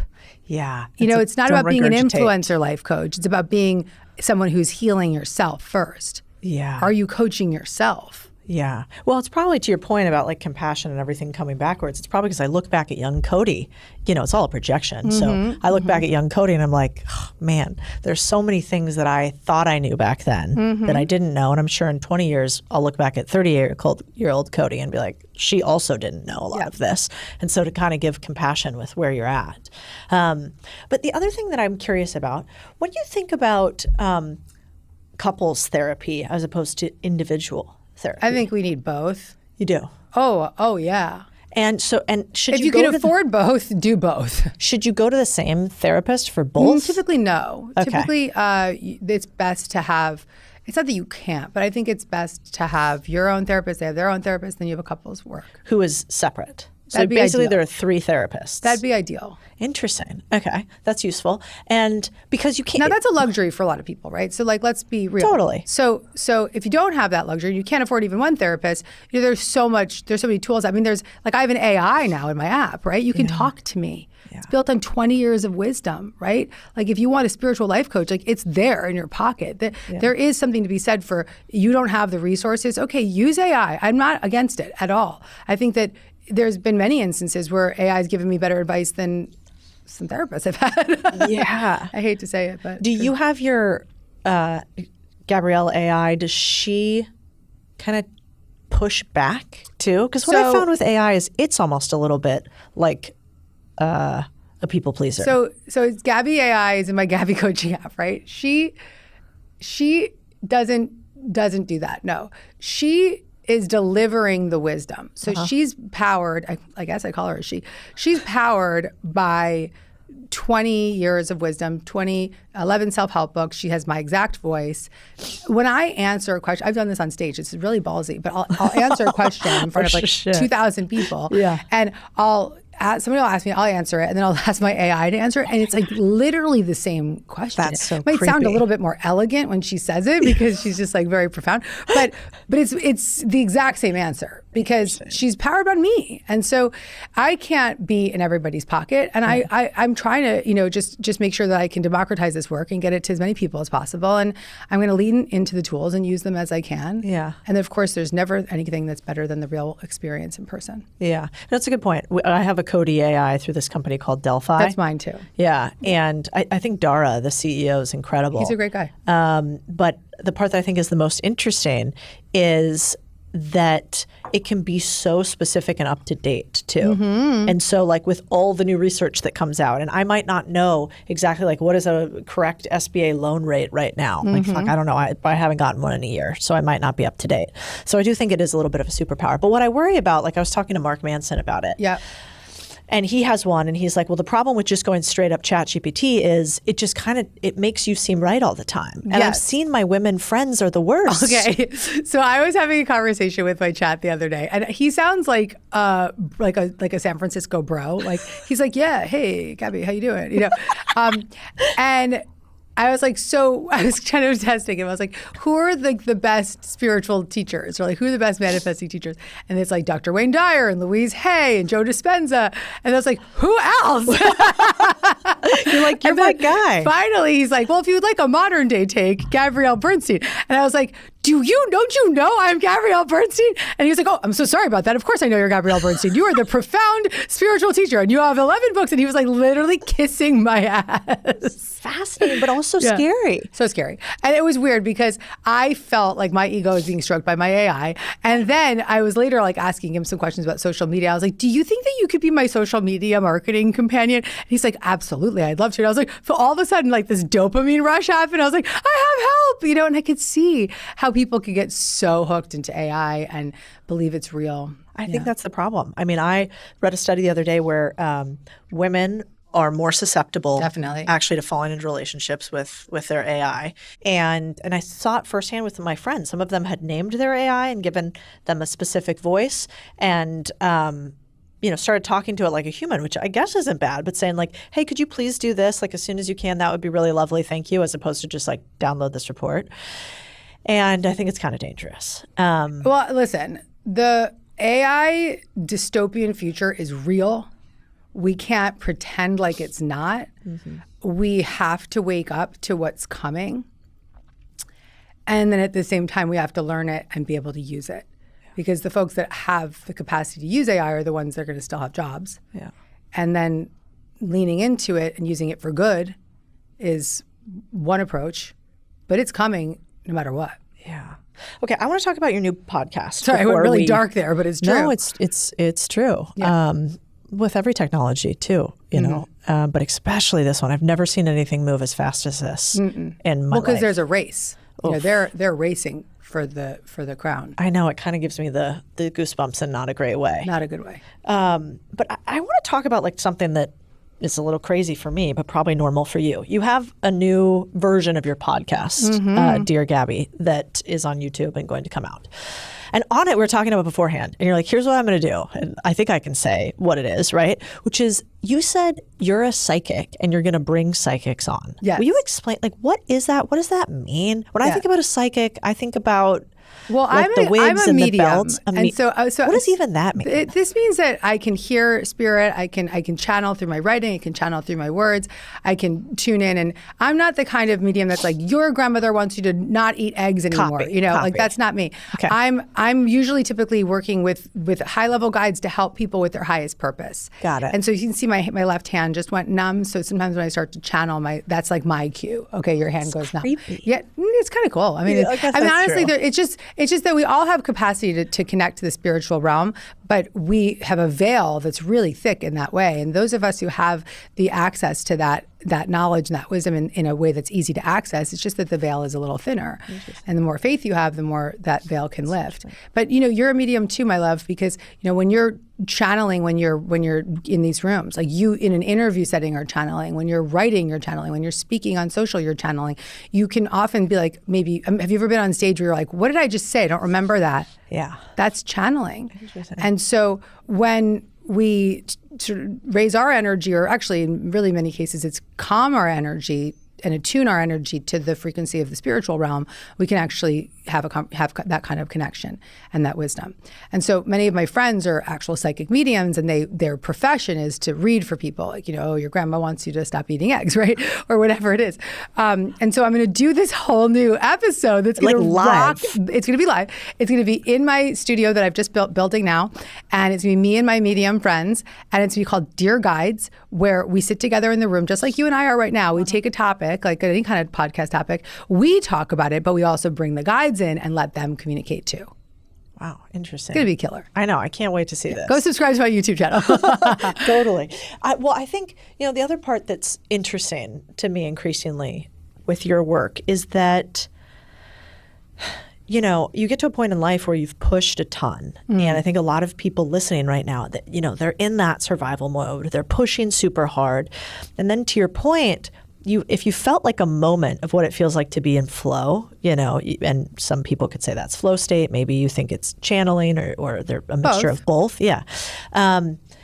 It's incredible how much easier things are, but they can be more profound. And like one of my pushes this year, last year was actually every year when I do goals, I name the year, just like one word. So last year was flow. The year before that was my full send year. That was like the year I did the book launch and everything. And so I was like, I know this is going to be a lot of work, but like I'm going to dive in. And last year, similar to you, I was like, I want things to flow easier. I want the team to be full of so it was pros and flow. I want like a pro in everything that I do, so everything feels like it's flowing a little bit Love that. more. I'm going to take that one. That's good. You know what? It really helped me last year. Yeah. Especially for people who are talent and leadership. Yes. It's hard. It's hard. It's uniquely, it's different. Yeah. I won't say, there's all types of hard. But this idea of like pros and flow really helped me. And then this year, I've realized I want my year to be abundance.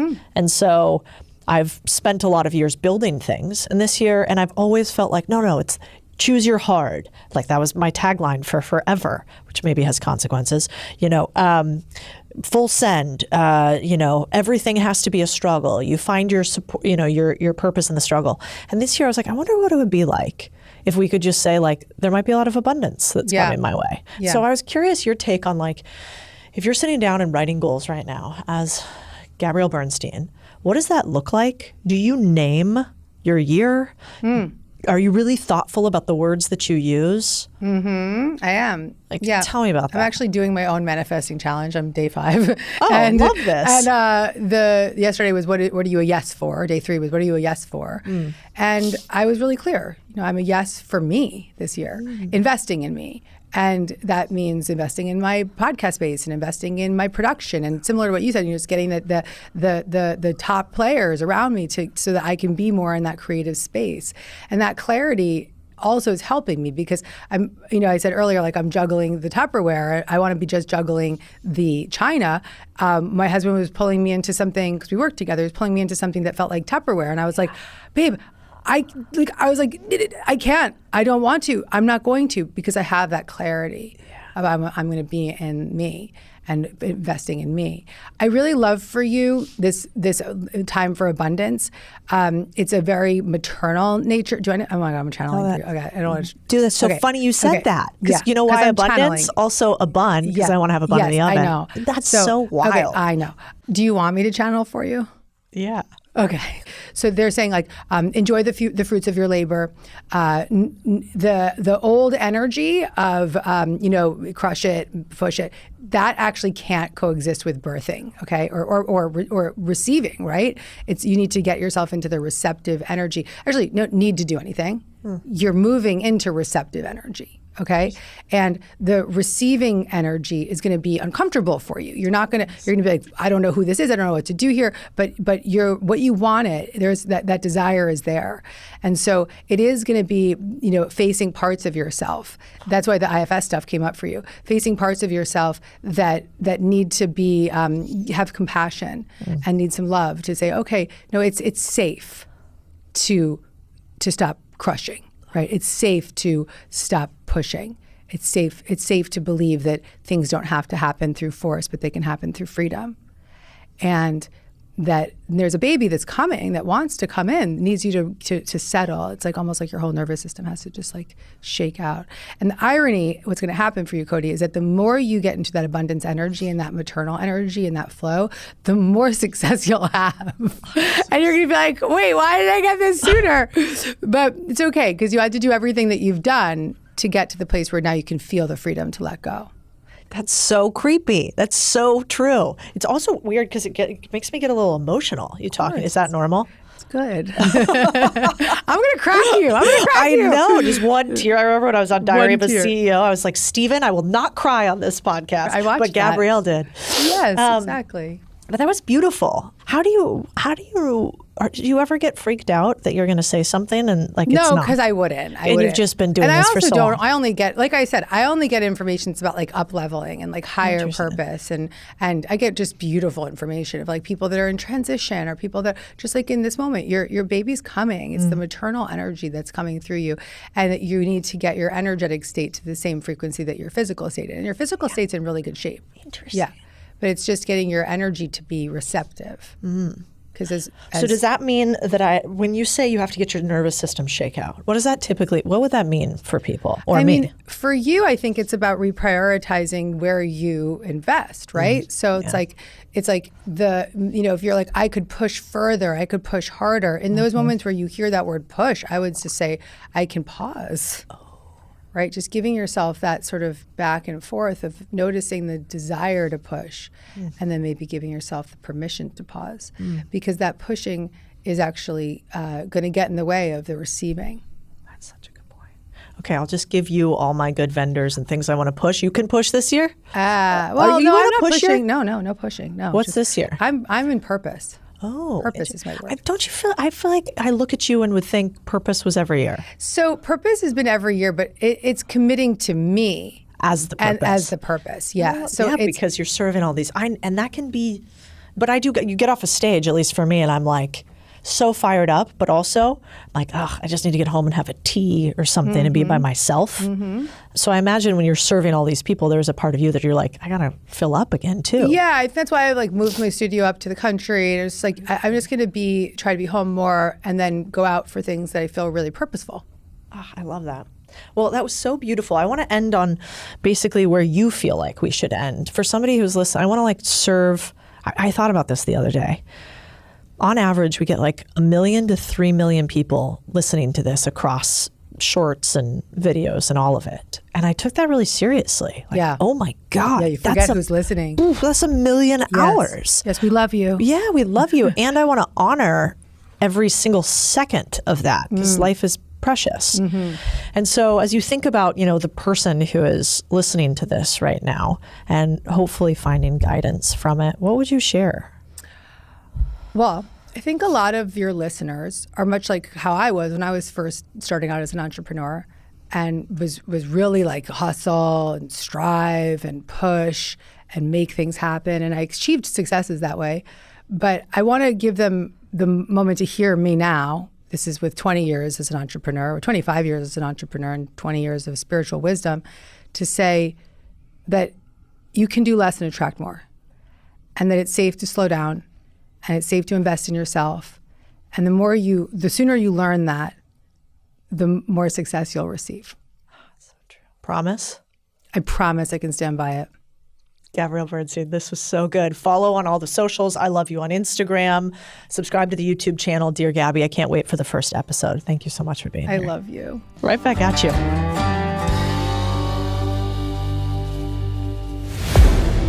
We are sitting on a generational wealth creation event. If you're here, this means you're a builder. As we're going through these next 3 days, I want you to know that the American dream starts with you guys by our little Main Street revolution. And then I just want to give you guys permission to take a leap of faith. If I knew then what I know now, I would probably do bigger deals. It's given us an extra layer of security that we never would have had. I am so excited to introduce you to some ordinary people doing extraordinary things. We have to really take the time to make a meaningful connection. It's the fact that there is a lack of connection and the person just wants to be seen, heard, and understood. Thanks for taking the question. Are there extra things that need to be done when trying to pay off bad debt? Great question. I buy businesses so simple, even your grandmother understands them. That's the game. It's you and me versus the problem. We're going to try to solve this together. I know how to build trust in a very advanced way. How does buying a business fit into the vision for your life? Today, my goal is to teach you some fundamental skills that you can use to accelerate your business. If you make a promise in the mirror, know that your word is freaking iron to you. These people on Wall Street, they want to keep the normal people out of the game. Main Street millionaires are all around this world, and it starts with each and every one of you. What are you waiting for? Your path to ownership starts now. Get your ticket to join us on Main Street. Join us today.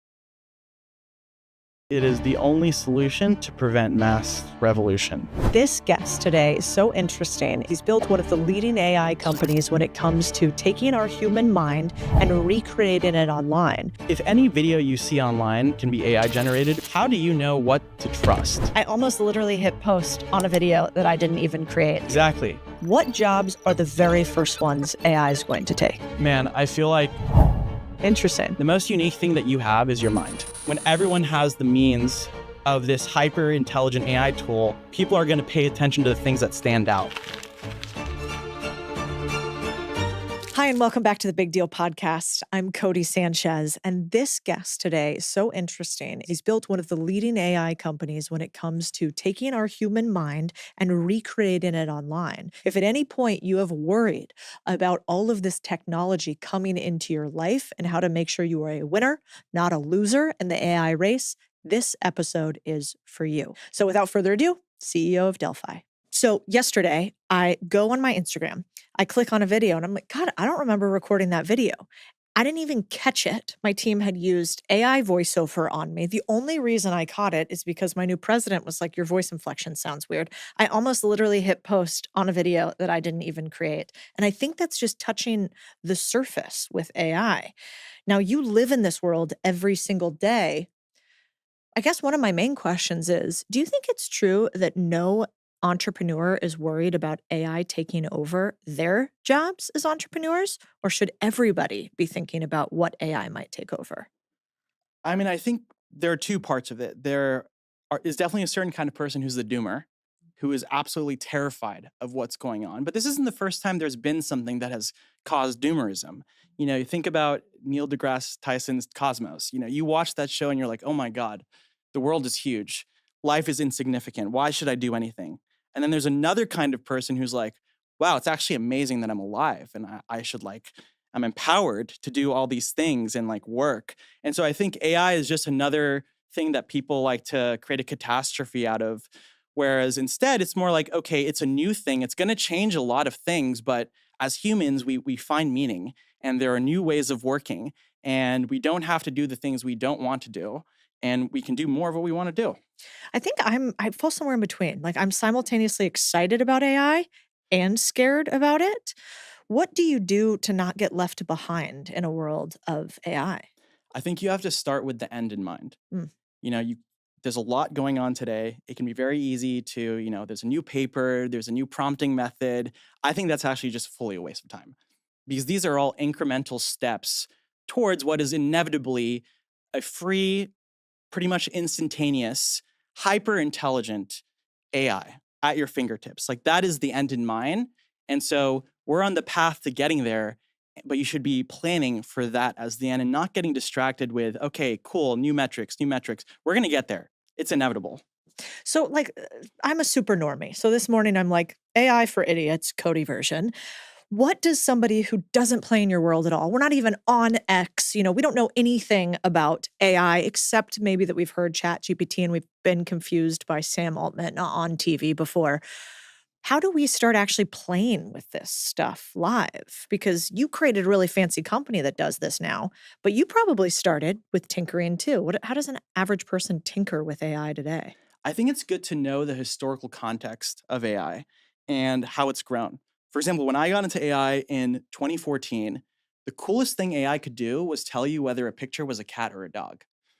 And then I remember in 2015, I did a project that predicted whether Trump was happy or sad based on his tweets. And so— Were you right? Well, yeah, fully right. And it's all pattern recognition. AI is just math. You pass in a bunch of pictures of a cat or a dog. Think about you have a child and you show that child 100 pictures of a dog and 100 pictures of a cat. And then you show him another picture that's either a cat or a dog. He's probably going to know which one it is. That is pretty much AI. It's pattern recognition. And when you start it from that set, you're not as scared because I've seen people who try to start at level 5 without starting at level 1. And they're like, oh, this is conscious. This is a new kind of being. And you're like, no, it's just math. It's pattern recognition, just as babies are, just as we are. We learn things and we predict things based on our experiences. Interesting. Okay, so if that's where it started, what's next? Where do you think we're going next? Yeah, I mean, like I said, I think the end in mind is AI that is hyper intelligent, generating realistic videos, generating infinitely all night, improving itself. And I think if you've seen in the past, whenever there is an era of abundance, you know, there's so much of this one thing. The barrier to entry for creating anything is low. Mediocrity is going to be the norm because anyone can create anything. The pendulum swings and people really start to value curation and trust. And so I'm actually like more bullish on the creator economy and like the individual economy, more bullish than ever, because I really do think that when everyone has the means of this hyper intelligent AI tool, people are going to pay attention to the things that stand out. Will it be harder to stand out? 100%. Easier than ever to get distribution, easier than ever to be really good at something, harder than ever to be the best. And so I think 80-20 likely becomes 95-5, where the 5% really reap the benefits of the 95. Yeah, I mean, you kind of think about it. I remember Naval had a quote that was like, the robot army is already here. It's just inside your computers. And so in Armageddon or some of these, Arnold Schwarzenegger movies, you think, okay, there's going to be this robot army and we invested in figures, so it could be, and they're going to be out there, but it's not so much that. It's in so many words, they're inside of your computer today. And the war is sort of who can utilize them to have the highest impact. Exactly. And I think a lot of people think, oh, AI can do all of this stuff. It means I get to work less. I actually think it's the opposite. I actually think you need to work more in order to stand out, because AI, you can only reap the benefits of AI if you have something worth scaling. AI can only build off of a foundation that you have spent time building. If you haven't built that foundation, you're just going to get a plateau that everyone else in the world is getting. What would be like an example of that today? An example of that is, I could go to ChatGPT and say, generate this SEO optimized blog post on AI. Yep. And anyone in the world can do that. And everyone in the world will do that. You can imagine SEO is not going to mean anything anymore because everyone's going to be doing this. But since I've spent time learning AI and learning the nuances, I can still leverage ChatGPT to help me write a blog post. But I can also add my own nuance so it stands out. It's building off of my own experience versus what ChatGPT generates, which is the average of the internet. I guess it's not that dissimilar to, if you think about it today. Yeah, you get a lot of emails in your inbox, and it's become easier than ever to send emails in your inbox, and yet subject line matters more than ever. So like in order to stand out, you're just going to have to be more creative because that first act of creation is no longer the barrier to entry. Like I saw this graphic today that was like 3 levels, and it was a bow and arrow, a guy shooting a bow and arrow, and the top level was what most people do. And it's like 93%, and it's just a guy holding a bow and arrow, like he never actually shoots the target. And then the next level was like, I don't know, 50%, and it's like shoot once, miss. And the 1% are the people that shoot 452 times. And so now it'll be a lot easier to actually shoot 452 times, but harder to get to the 1% that actually matters. Yeah, and you need to build the character to deal with those 450 failures and, push through. And I'm glad you mentioned email because we talk about thinking with the end in mind. If you think about what happens with email when every single person is using an AI agent to send hyper-personalized emails to your inbox every single day, people are not going to check their emails anymore. I actually think email is going to be a thing of the past. Because if you just think about it, I'm already getting spammed on my email. I'm already getting called by these random AI agents, and people are hopping on this opportunity. But what likely is the future of email is something that you don't even check. You have this AI thing that knows you and how you speak and how you think about things, and it only surfaces to you what the opportunities you care about are. And that sounds great to me. I don't know about you. I hate looking at my email. That is true. I use it increasingly less and less. Yeah. But then how do we get to people? Will real life become so much more important because email has become sort of bastardized? I think it goes back to doing the work to make yourself a unique and interesting and valuable person. Because I imagine in the world where there are AI agents communicating with each other, and an AI agent is something, an LLM or an AI that can take action. It knows you and it knows the value that you can bring to others. And it is going to convince other AI agents that, hey, this person has great stuff. But that's why the foundation is important, because you need to have that great stuff worth offering other people. Interesting. So by an AI agent, you basically mean when I get an email in my inbox and I can tell it's like made by a computer, it's Yep. like, hi, Codie S. dot, comma, I'd like to sell you XYZ service. Please reach out at this time. I loved your most recent Instagram post, but you can tell it's somehow copy and pasted. You know what, This is so an AI agent, basically. that would actually probably just be someone typing into ChatGPT and copying and pasting. An AI agent would be like a step further, where it actually scheduled something on your calendar. So it's, multiple steps of reasoning, not just one thing, but one thing you respond and then it schedules time or it takes an action. Interesting. So do you think how far away are we from outsourced virtual assistants being irrelevant by AI, let's say? I think it's already happening. I think it's just a matter of adoption. And you talked about the Terminator. People just have this fear of AI. Like they're just default, oh my God, I've seen so many movies. This must mean it's bad. And I personally hope to see more positive outlooks on AI and what it can do, and what this like post AI world could look like for all of us.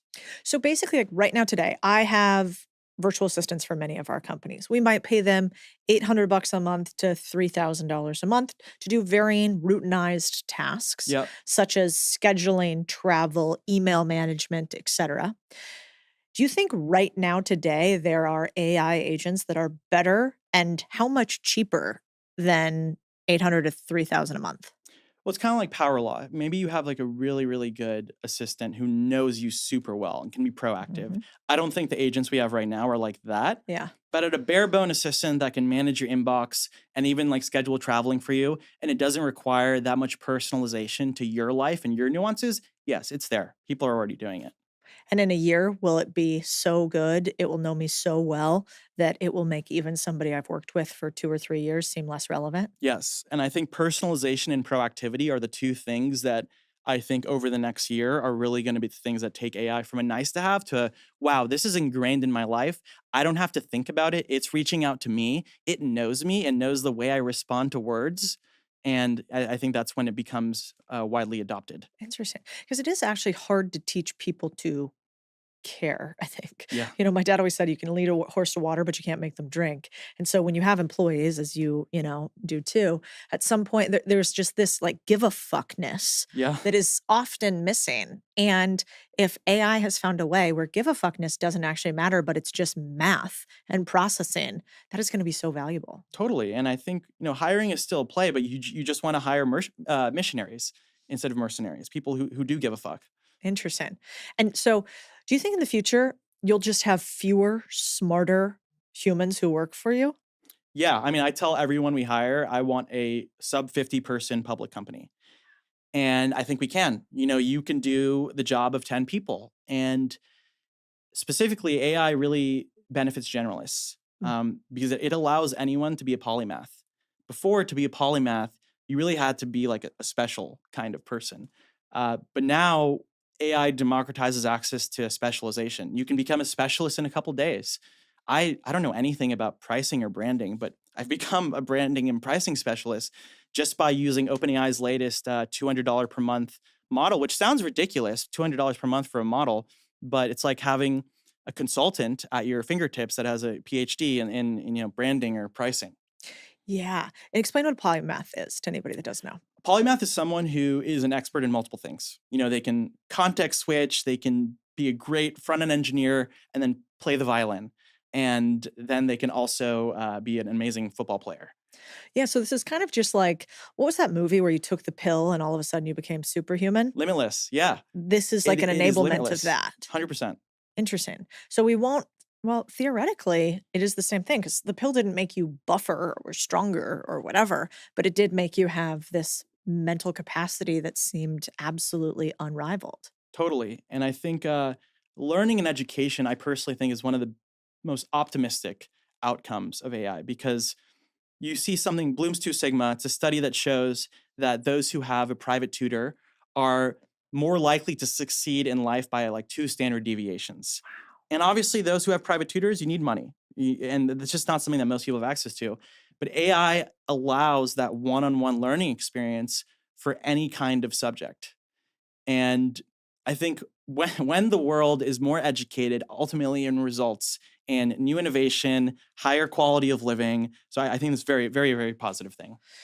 Yeah, that's interesting. Is that also the study? I saw something come out yesterday on X about Alpha School in Austin, which is Elon's new school. Did you see that? Yeah. And basically, Alpha School came out with like 2 or 3 standard deviations of scoring by their students than a traditional school, which is wild because that thing's only been in existence for like, I don't know, less than 5 years, I would Yep. say. And it is essentially, my understanding, I don't know if it's different, is that it is individualized education per student that mandates about 2 hours of active learning assisted by AI per day. And then as soon as you get done your programming, whatever you're supposed to get done for that day, that would be like, oh, you get through your history test, you get through your mathematic tests. For the rest of the day, you get to use your curiosity and dive deeper. Yep. And so these students are actually, they were a little petri dish. We weren't sure if that sounded like a good idea. I mean, back in the day, somebody had told me, yeah, Cody, you can work for 2 hours a day at school, and then you can kind of go fuck off and do whatever you want for the rest of the day. I'd been like, this seems like a bad idea.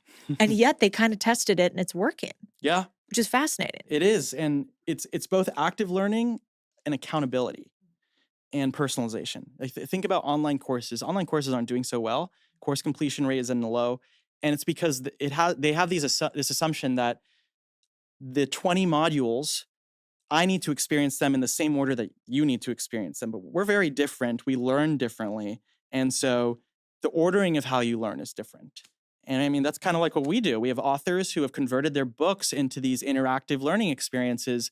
And instead of just someone reading a 400-page book, it's almost like a choose your own adventure.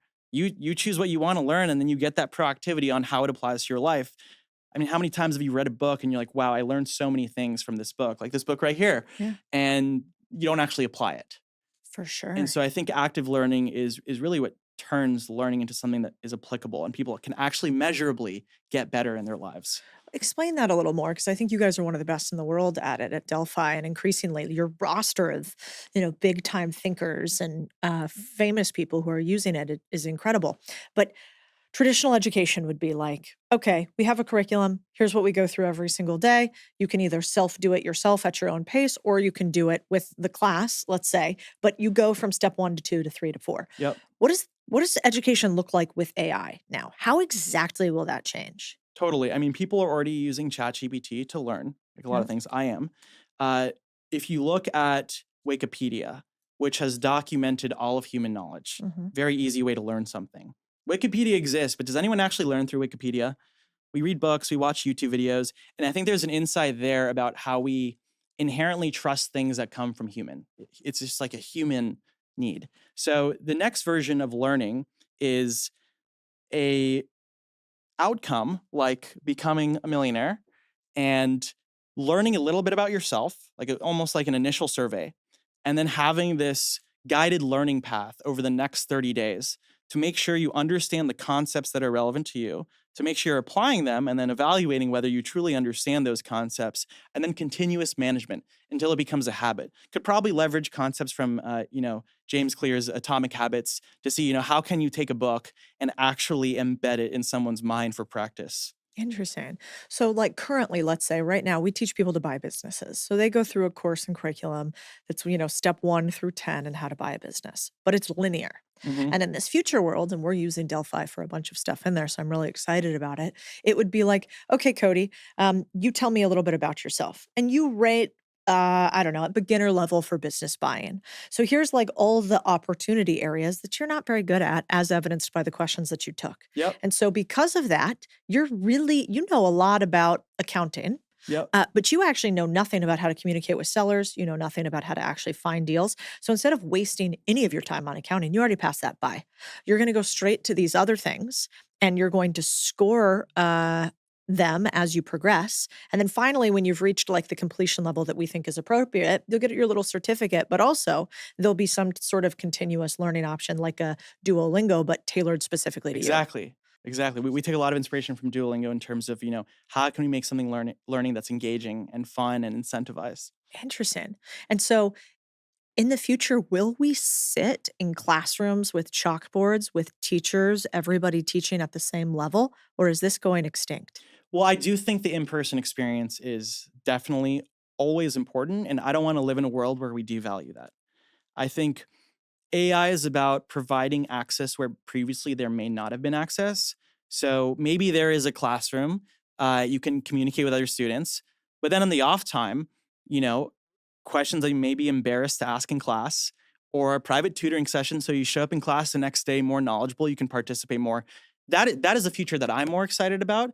There may be a world where humans don't value in-person communication, but I just think that, you know, that's a kind of habit change that is going to take decades and even centuries to really manifest, that we Yeah. don't value in-person times with humans.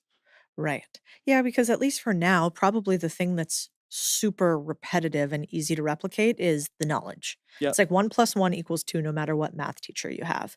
But what doesn't standardize is like, oh man, every time that teacher sits down with me and says like, hey, I can tell you're struggling. It's Yep. okay. You're doing a great job. Go take a walk outside. Go get a little vitamin D. You need a little coffee here. Like that almost mothering or human EQ component will probably be one of the things that computers are sort of last to integrate. Although they could at some point too say like, good job, buddy.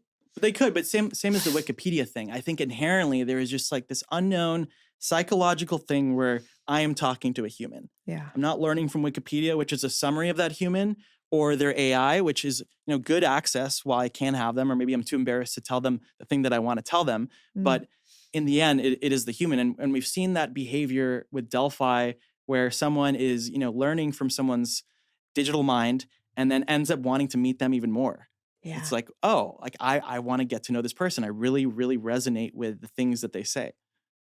It's true because if you think about it, you know, right now, when I meet somebody, let's say, who's read the book or followed some of our content, we already have this like parasocial relationship, Yeah. right? Yeah. And then if they were able to actually have me communicate direct with them and answer questions, they would really feel like they know me.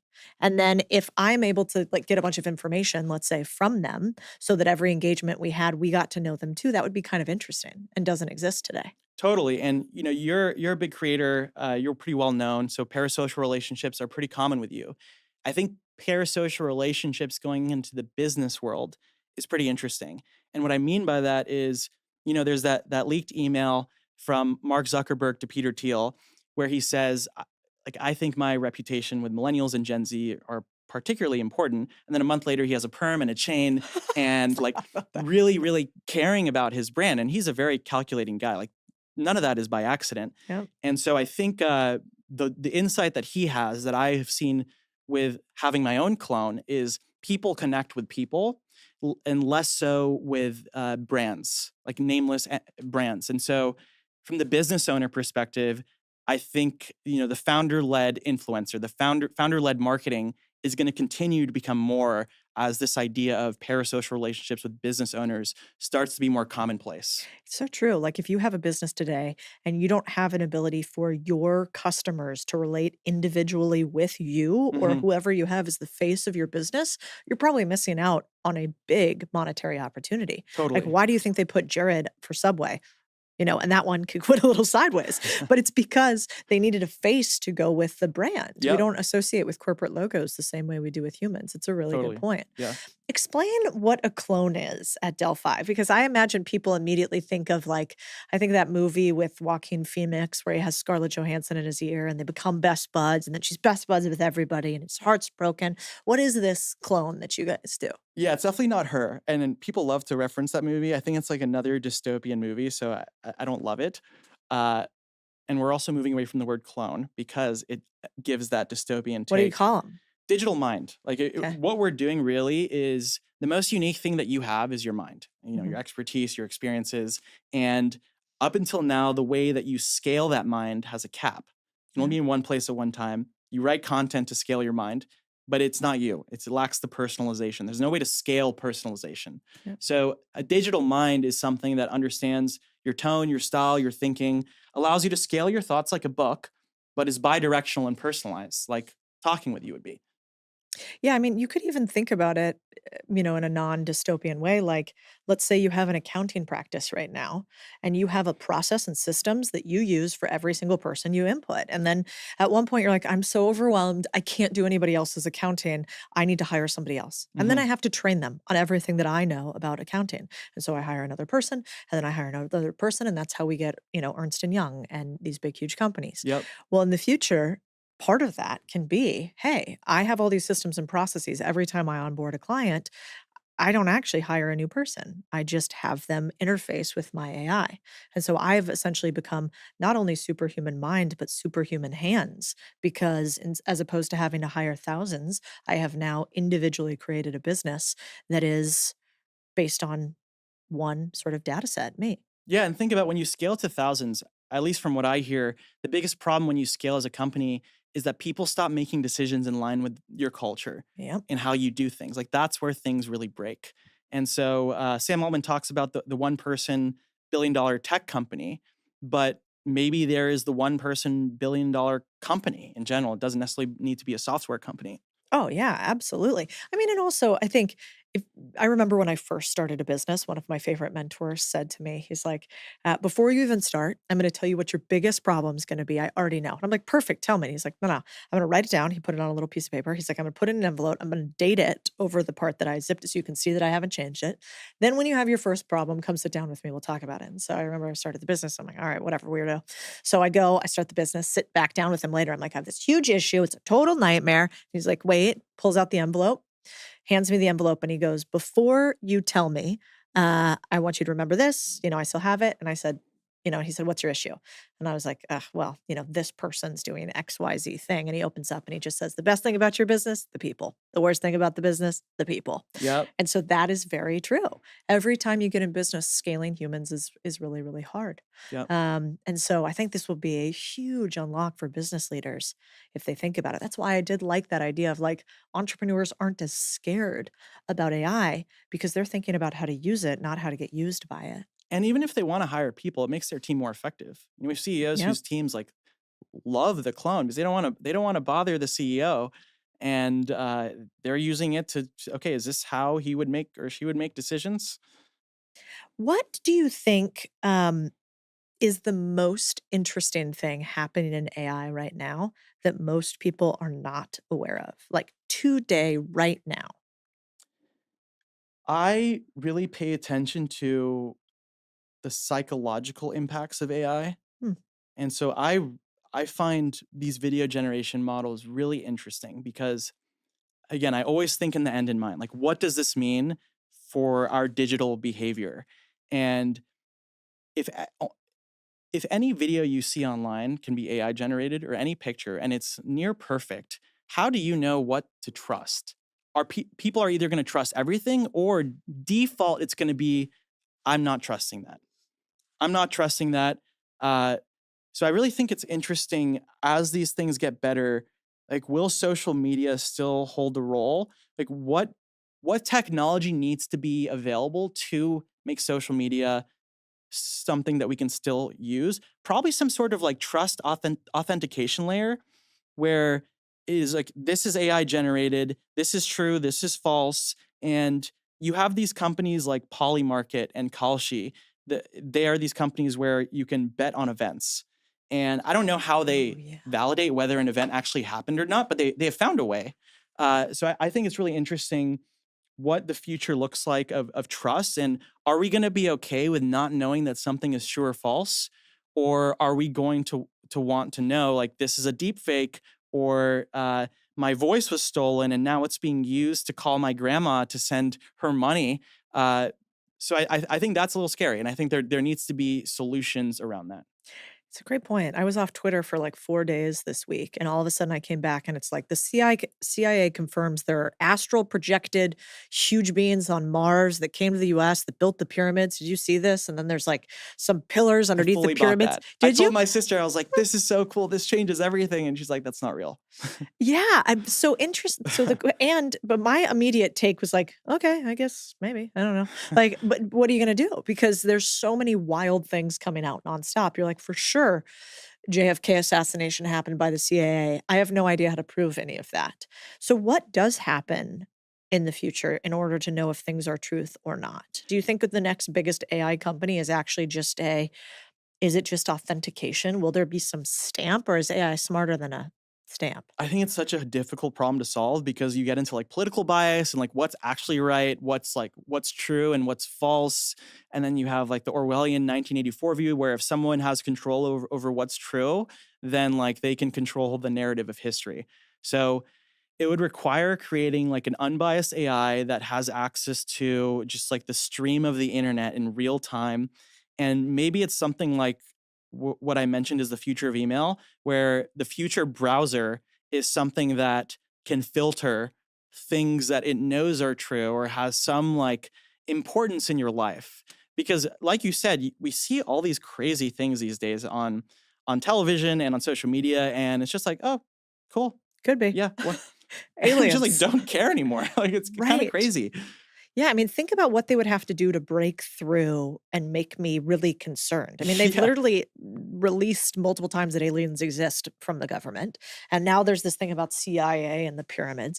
And you're like, yeah, I don't know. Anyway, I'm hungry. Yeah. And so what does that look like? They're aliens. Like, okay, cool. Yeah. Yeah. Sure. We need breakfast. Yeah. I guess the other question for you there is like, what books would you read for you to understand the negative consequences of AI? And what books would you read to understand what could be possible positively? Because I think it's useful to see both sides of the coin. Totally. There's obviously AI Superpowers, I think by Kai-Fu Lee. Okay. That's more on the negative consequences. And then all of Kurzweil's books are great because he was so ahead of his time. I actually got into AI reading his book, How to Create a Mind, in 2013, where he talks about how you can leverage computer science to recreate someone's mind. And yeah, it was reading that book and then using LLMs in 2021 that made me realize, wait, the technology he was describing in that book is pretty much LLMs. So this guy was really ahead of his time. I think explain what an LLM is for anybody listening. LLM is a large language model. We talk about AI being just a pattern recognizer. So an LLM is just like a huge pattern recognizer trained on all of the words on the internet and can see a pattern in a sentence and predict what the most likely next word is. So when I tell you Old MacDonald had, what's the next word? A farm. Yes. So you're an LLM. You just did that. And we might be LLMs. I mean, that's a whole nother conversation. But then the Fourth Industrial Revolution, I think, is a good book on all the potential good things of AI. I think Peter Diamandis is very optimistic about AI, and his books really go into like AI with biotech and flying cars. If you really want to like walk away feeling hyped about the future, definitely check out his books. I like it. Would you also throw in there some of the dystopian fiction and like the utopian nonfiction? Would you throw in there like a 1984? Would you throw in like the Diamond Age? You know, what else should people be reading, even to like break your frame of how you think about AI today? I think it's a great point. I think with AI, you almost have to like forget everything you've ever learned and like try to rethink things from first principles, from the ground up. Diamond Age is great because it talks about, it has that personalized tutor, the illustrated primer that can grow with you and teach you things. And I think that's exciting. And then 1984 is great because it's like the consequences of what could be. Yeah. And I think knowing the consequences of what could be allows you to be intentional about the decisions we make today to make sure that is not what happens. Yeah. Actually, Diamond Age is one of my favorite books. Did you know that is the most often cited book by tech CEOs for their daughters? Really? Which kind of tracks because it is about this, kind of magical education book that you give to that's given to a young woman who kind of has no prospects and awful things happen to her and then her life changes. It's the promise of having a mentor or having someone who cares about you and can guide you. Interesting. When you mentioned something weird that I want to go on a tangent on, which is, are we LLMs? What does that mean? So in Kurzweil's book, How to Create a Mind, he describes the mind as a collection of building blocks and how complex intelligence results from that collection, that organization. So it's a hierarchy of pattern recognizers. On the low level, you have pattern recognizers that recognize the shapes and letters. So M, I, L. That gets fed into higher level pattern recognizers where it's sentences, and then there's paragraphs, and then there's meaning. And at the highest level, there's consciousness. And you're not aware of all of these lower level pattern recognizers. And so what is also a pattern recognizer? An LLM. It takes inputs and it has outputs. It recognizes things. And so something that I think about a lot is like, are we just a hierarchy of GPT-10s? And what we're experiencing is consciousness, similar to how he described the mind working. And I also think about that a lot in terms of dreams. Because if you see some of these AI generated videos, I don't know how vivid your dreams are. I have very vivid dreams, but these dreams mimic exactly how these AI videos look. Interesting. And so it's like when we're asleep, maybe the LLMs don't have as much power, and so they are lower level LLMs. So anyways, it sounds a little crazy. I think even if it's true, it's similar to the cosmos idea of like, oh, we're so insignificant, or the simulation hypothesis where what if we're all in a simulation? It's like, okay, we're LLMs. What are you going to do about it? Yeah, like you still got to make meaning out of your life. You still got to work hard. You still got to do good things. Like, so what? Yeah. Yeah. So what keeps you out of what I think happens with some people when they start talking about this, which is like becoming an existentialist, and you're like, why does this matter? You know, what is life? What is meaning? How do you derive meaning from something super technical like AI, and the belief that at some point, like, will AI just do all our work for us? Will we not need to work anymore? And will we live in a utopian world in which AI does everything? Yeah. I mean, I think you have two kinds of people in this world. You have people who there will likely be universal basic income. That's the only solution I see to what's about to happen. Really? So many people are going to lose their jobs. But a lot of people, I imagine the listeners of this podcast are like ambitious people who like want to win. That's not the people I'm talking about. I'm talking people who go to work and they don't necessarily love their job, and they would much rather like spend time with friends and family, be creative, maybe just find joy in things like that. And then the more interesting thing for me, and I think listeners of this audience, is for people who still want to like win and find meaning, like what does that look like? And I think that's where really starting with the end in mind and thinking about the psychology of humanity in a world where mediocrity is abundant and the barrier to entry is super low. What does that mean? It means we have to work harder to stand out. We have to think about our relationships even more. Customer service matters more. Treating people with respect matters more. Brand and creating something unique matters more. So for how do I stay motivated? I very much believe in what I'm doing. And I think I have a lot of good motivational sources that keep me going. And I just go back to the Wikipedia example where I truly believe humans value humans. And even when AI is very good, we care for one another in some way or form. Yeah. You know, it's interesting. They're building a Skims store on the street. I don't know if you saw it. And I saw this Instagram the other day about taking every single item from Skims collection, sorry, Kim, and comparing it to the Amazon basics, which are like somewhere between 200 to 400% cheaper. And yet they were explaining what was actually the material of the clothing. So in order to decide if one was better or not. And the moral of the story is like almost everything that you can get from Skims, let's say 80% of it, Pareto's principle, 80% of it you can buy online at Amazon that appears to look exactly the same and be the same material, but it's about 200 to 400% less. And yet Skims sells out of almost every single collection. Yep. And so why? Because brand matters more than ever in a most world. Important thing. Right. Status, associating what communities, what you want to be, what you want to associate yourself with. Right. So in the future, you might not need to differentiate as much your actual product, but you certainly will the packaging. It goes back to the Tiffany's model. And who you are. Old time. And who you are. Explain that more. This goes back to the Mark Zuckerberg point, like where I think Kim Kardashian, a lot of people look up to her. Like she is a status symbol. And I think as a business owner, especially as you have a lot of get-rich-quick people who are building these like shitty AI tools, and people are going to try them and be like, damn, this sucks. Oh, it's because the founder had poor intentions. And I think people will start to evaluate the people behind the products more so than they do right now. So in a world in which AI makes everything easy, the thing that's hard to replicate is you and your own ethics. Yes. And I think it's a hard thing to work on. Like, how do you work on yourself and your own ethics? And I personally remember when I was working on my first startup, and first startup is really hard. I was in a dark place, super lonely, and literally spending 3 weeks just like writing my stream of consciousness thoughts, like really understanding who I am and what I cared about, and coming out the other side and having a very clear understanding of who I wanted to be and how to catch myself when I'm slipping. Interesting. You've had a couple shots on goal to startup land. This one is appearing to be very successful. There'll be some fun announcements in that in the coming months. But what do you mean when you say that your first one was really hard and you were in a deep place? What happened? So when I quit my first job to start a company, I followed a common piece of advice in Silicon Valley, which I now completely disagree with, which is just like, you can start a company for the sake of it, throw spaghetti at a wall, iterate towards an idea. And I think that's really dumb because one, startups are super hard.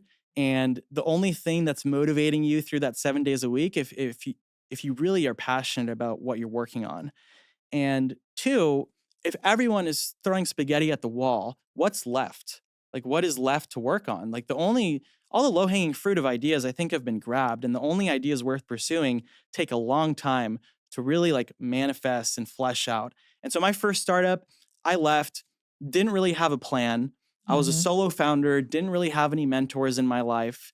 And I also didn't know why I was doing what I was doing. I had no foundation. And an analogy I tell every person who joins Delphi, which they laugh at because it's kind of like dad analogy vibe. But, bamboo in its first year of life is only 1 foot tall. And then after that first year, it grows super fast and it doesn't fall. And it's because it built that foundation. And I felt like in my first startup, I hadn't spent the time building the foundation. And so while, built this startup, Friday AI Assistant, got like micro acquired, not something crazy, minorly successful. I don't view that as a success. I view it as a great learning experience for a period where I found out what my foundation was, found out what I cared about, found out what drove me, and guided me towards my next thing, which was, okay, I need to find a co-founder and learn from someone great. And that's why I moved to Open Store to work for Keith Raboy and met my co-founder there. Interesting. Would you not do another company again without a co-founder? I don't think I'm going to start another company after this. I think this is the one. Yeah. But yeah, I definitely think As an having a investor, great co-founder- answer. Yeah, no, I think this is the one, and I can go into all reasons for why I say that. But my co-founder is amazing. It's like a marriage. We have the same values. We care about the same things. We're very different. I'm go, go, go, fast, break things. He's like an infrastructure engineer, so very detail oriented. So that complementary skill set grounded on the same values has been huge for us as a company. How does one go and find how would you go and find a co-founder that aligns with you? What's the framework? I don't know if I have a framework that's repeatable. I can just say that my mentality was, okay, Keith Raboy is a super successful founder and investor.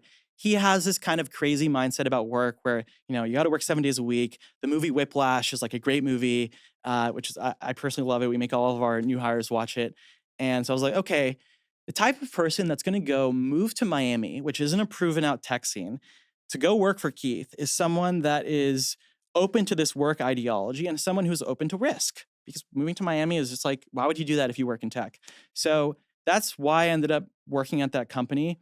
And Sam and I initially were super competitive. Like, we did not like each other because we wanted to be the best at the company. But then Sam Altman has this blog where the best way to determine if someone could be a good co-founder is to go on a high stakes travel trip with them. So Sam and I went to Santo Domingo with very little research of like the vibe of Santo Domingo. It's not really a touristy place.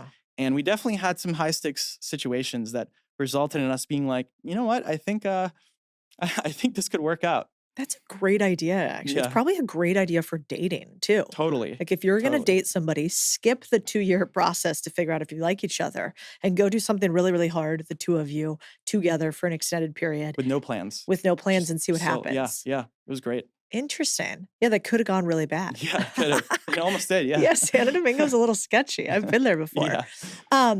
You said something that's wild to me. As an insider in AI, on the forefront of what's happening, you think the future of UBI, universal basic income, is almost guaranteed. I almost feel like it is the only solution to prevent mass revolution. Because people are going to lose their jobs. Not everyone is like a type A person. I don't know if you can teach type A. Maybe it is an educational thing, and maybe the illustrated primer and having a personalized mentor, more people can become type A. But I think people are just not like that. And so, what is the alternative? They need enough to sustain their life. And maybe we have nuclear energy, and maybe it doesn't even cost money to have energy. Maybe we have vertical farms, and food is free. So I think that's the cool thing. And Peter Diamandis talks about this a lot, where all of these technological inflection points are happening right now. And I think it's a great time for biotech to be working well and for energy to be working well, because for AI to really work in our society, we need some of these other things figured out as well. Yeah, I'm such a traditionalist in some ways, but it seems like there's a lot of studies that say humans without purpose are not happy. That actually you have a higher likelihood of dying post-retirement Mhm. for no physical difference in that you don't have a reason to wake up any longer. Yep. That also people who work versus those who do not work are happier than those who do not work. That actually there is this, sort of 7 million young men in the country who are choosing to opt out of the workforce today Yeah. and thus have deaths of despair. So what happens to society if we're given income, but we're not needed? Don't you worry about that? I do, but if you think about human history, when we didn't have like all of these jobs, engineer, SEO specialist, what was the meaning that people had? It was really their communities. What you can do for your family, what you can do for the community around you, um, art and creativity. And so I think one, AI democratizes creativity. Anyone can be a movie director.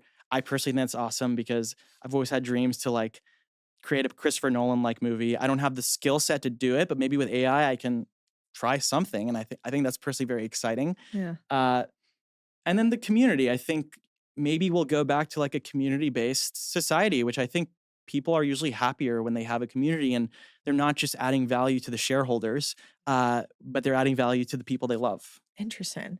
Um, do you let's go tactical here for a second. Yeah.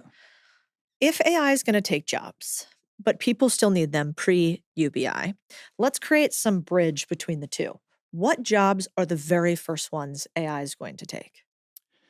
Man, I feel like my answer to this has changed so much. It changes, I think, almost every month. Mhm. For a while, I thought it was software engineering Mhm. because, I think actually software engineering in the way it is today, I think is is not going to be a thing because you already have things like Lovable and these other companies where you can generate a website or app just in like a few seconds. And I think the important thing will be nuance and taste, like making the experience good, making the design good. If you're a system architect and you want to build a scalable database solution, you have to have that kind of knowledge to make it beyond just the AI slop of build a website that can tell people their finances. Right. So I think software engineering in the way that it is today, for sure. Consulting, 100%. Like McKinsey, all of those big consulting firms, I don't know how they are thinking about things internally, but you know, doing research and creating a report and creating a PowerPoint deck is almost like the easiest thing you can do with AI, especially with OpenAI's newest model, O1 and then O3, where it is so good. And you can just like pass in everything about your business and the problem you're trying to solve, and it will give you like a pretty good one pager on like what you need to do to solve that. So if there's a business owner listening right now that has problems in their business, one of the things they could do today to implement AI is go to OpenAI, use these two more premium models, and try to run every single problem they have through their new co-founder, which is AI. Yeah, I'm trying to get my dad to use it. Interesting. God, I cannot imagine my mother or father using AI right now. You really got to teach them. You really got to sit down with them and teach them. What are your step function process to teach somebody who's never used ChatGPT how to do it? It's hard. I think one, starting with the foundations, which we talked about, like this is just math and this is the evolution of AI, and then just like when your parents ask you a question, like they usually do, I just send them ChatGPT. Like ask it, and they're like, oh wow, and then they start to use it more and more, and they start to get creative for how they're using it. And I think the key thing for learning how to use these AI tools right is knowing that it is fully based on your own creativity. Inputs lead to outputs. And so there aren't some strict rules. We're in the very early days of prompt engineering. And so that's why I think unlearning most things that you know and coming in with the mind of a child, where you're like really curious and you're trying different things, like what would happen if I just paste my entire Twitter history into this model and ask if it thinks that my Twitter content is good. Or just like getting creative in the types of data that you can put in there and seeing if it works and seeing what you can do to improve it. Yeah. And prompt engineering basically meaning the questions that you ask actually become their own version of sort of, in some way, code or writing code. Because instead of writing code in a traditional sense, the way to use this is by the questions that you ask. Yeah, I almost think that there will be, Robert Cialdini, he wrote the Persuasion and Influence, which is how do you say words that get other people to do what you want? I imagine there will be like a Robert Cialdini for AI. It's the same thing. Like you're prompting me, I'm prompting you. And similarly, like we're prompting AI to get what we want, influence it, persuade it to give us really, really good results. Interesting. Okay, I want to go back really quickly too. We talked about jobs that AI will kill. We think it's software and engineering first. We think consulting next. Yep. What are the other top 3 to lead to the top 5? I think anything that is not relationship oriented, like you can go on Upwork and like get all these one-off jobs. Yeah. I think AI is a much better tool because the relationship doesn't matter there. Now, I do think power law comes into play here, where the difference between, okay, let's use AI to give us this graphic, to like the best of the best. Like we're working with Pentagram right now on our rebrand, and they are working with them. I'm like, oh my God, the bar is so high. Yeah. The difference between like good and excellent is just like enormous. Where the difference between like okay and good is not as wide. That's such a good way to think about it. So it's kind of, so it's engineers, it's consultants, then it's, what would I even call that? Like outsourced service-based people online, And who are not tech-based the best. services who are This not is the why best. I said 80-20 turns into 95-5, because the best actually can scale what makes them the best. Yeah. Which is why it's actually the bar is higher, and you got to work harder if you want to compete. Yeah, but it's a great point because you're right, actually. The best actually think super asymmetrically. So they're not linear at all. Totally. They're like, your new branding is this. I think we should look at cotton candy. Plus, his hair reminds me of a wave. And they throw together things that AI just would not be able to connect the dots. And they ask questions too that make you rethink your assumptions. Interesting. And that at this point is something that AI is not capable of. I think you can program it to be capable of that, and I have tried. I've used AI for branding, but it's just like the difference is large, both in the quality, but I also like the fact that I'm building this relationship with branding people who are the best in their craft. Like it makes me feel good. Like, wow, I know these people and like they're amazing, and I love chatting with them. Yeah. How do you talk somebody into using more AI that doesn't think they need to today? And the reason that I would frame that is sort of like I think about a lot of my employees right now. And as a business owner, of course, you want people to use more AI because then you get more leverage out of all your people at a lower dollar amount. But there's like a deeper demand I have for them, which is a realization that those who use AI and are able to integrate it will be able to continue in the workforce on a go-forward basis for my company and for others. And those who don't, won't. Yep. And so I feel like kind of this visceral need to shake some people and go, you guys, either you figure this out or you won't have a space here in the future. But I feel this inherent friction between those who are willing to do it and those who just, it's almost emotional and won't. Yeah. And then we've seen this with our product. Some of the teams of people we work with are very anxious about our product and almost like want to sabotage its success. And so I think there's 2 things. One, when you hire and you have a job posting with a job description, update your job descriptions because like we said, AI allows you to be a polymath. You can be a specialist in a lot of different things. So the expectation is not just doing your job, but it's finding new ways to help in the business in any way, because you can now. There's no excuse. Like, you can learn how to, okay, there's a problem with our trust score over emails. No one knows how to do that, but you can figure it out. So just do it. So very intentionally saying, this is the job, but generalists. Like, the job is also figuring out what's wrong and what we can do to hit those key KPIs. And I think setting what your KPIs are and what definition of success is in your company allows people to think, okay, in a world where I could be in multiple places at a time and I didn't have to do the stuff that I really hate doing, what are things I could do to help accelerate us towards those KPIs? And are those things that I enjoy doing? Yeah. Because then there's an incentive to being like, oh, I'm totally going to use AI to get rid of the stuff that I hate doing. And I have found that there is this huge impact space that only I can do. Interesting. And so almost the question you have to ask yourself continuously is, I used to say, level 1 entrepreneurs always ask how do I do this? Level 2 entrepreneurs always ask who can help me do this? But maybe level 3 entrepreneurs ask, how can AI solve this for me? Yep. And it's just not how, it's not who, now it's AI. And so every problem you have, you should be asking, how can I prompt AI to solve this solution for me? When I feel pain, AI. When I don't like something, AI. Well, I think it's both how can AI help here, but keeping in mind that there are certain areas where the human touch does matter. Communications with people. And, we talked about infinite email inbound and fake deep fakes and bots. And I think people really appreciate authenticity. Yeah. And I think being authentic and upfront now, it may not get you like the overnight growth that people are getting with these AI agents, but in the long term, you'll build a reputation of someone who is trusted. And as the bar for trust gets higher, where it's like, I don't know what to believe, but that person has always been authentic and honest. So I know when I see that person and what they say, I can trust them. Yeah, it's a good point. Yeah, we put a bunch of our customer service emails in one company through AI, and the team was really excited about it. They're like, look, it can actually prompt to create this personalized email for people. And I was like, curious, show me the email.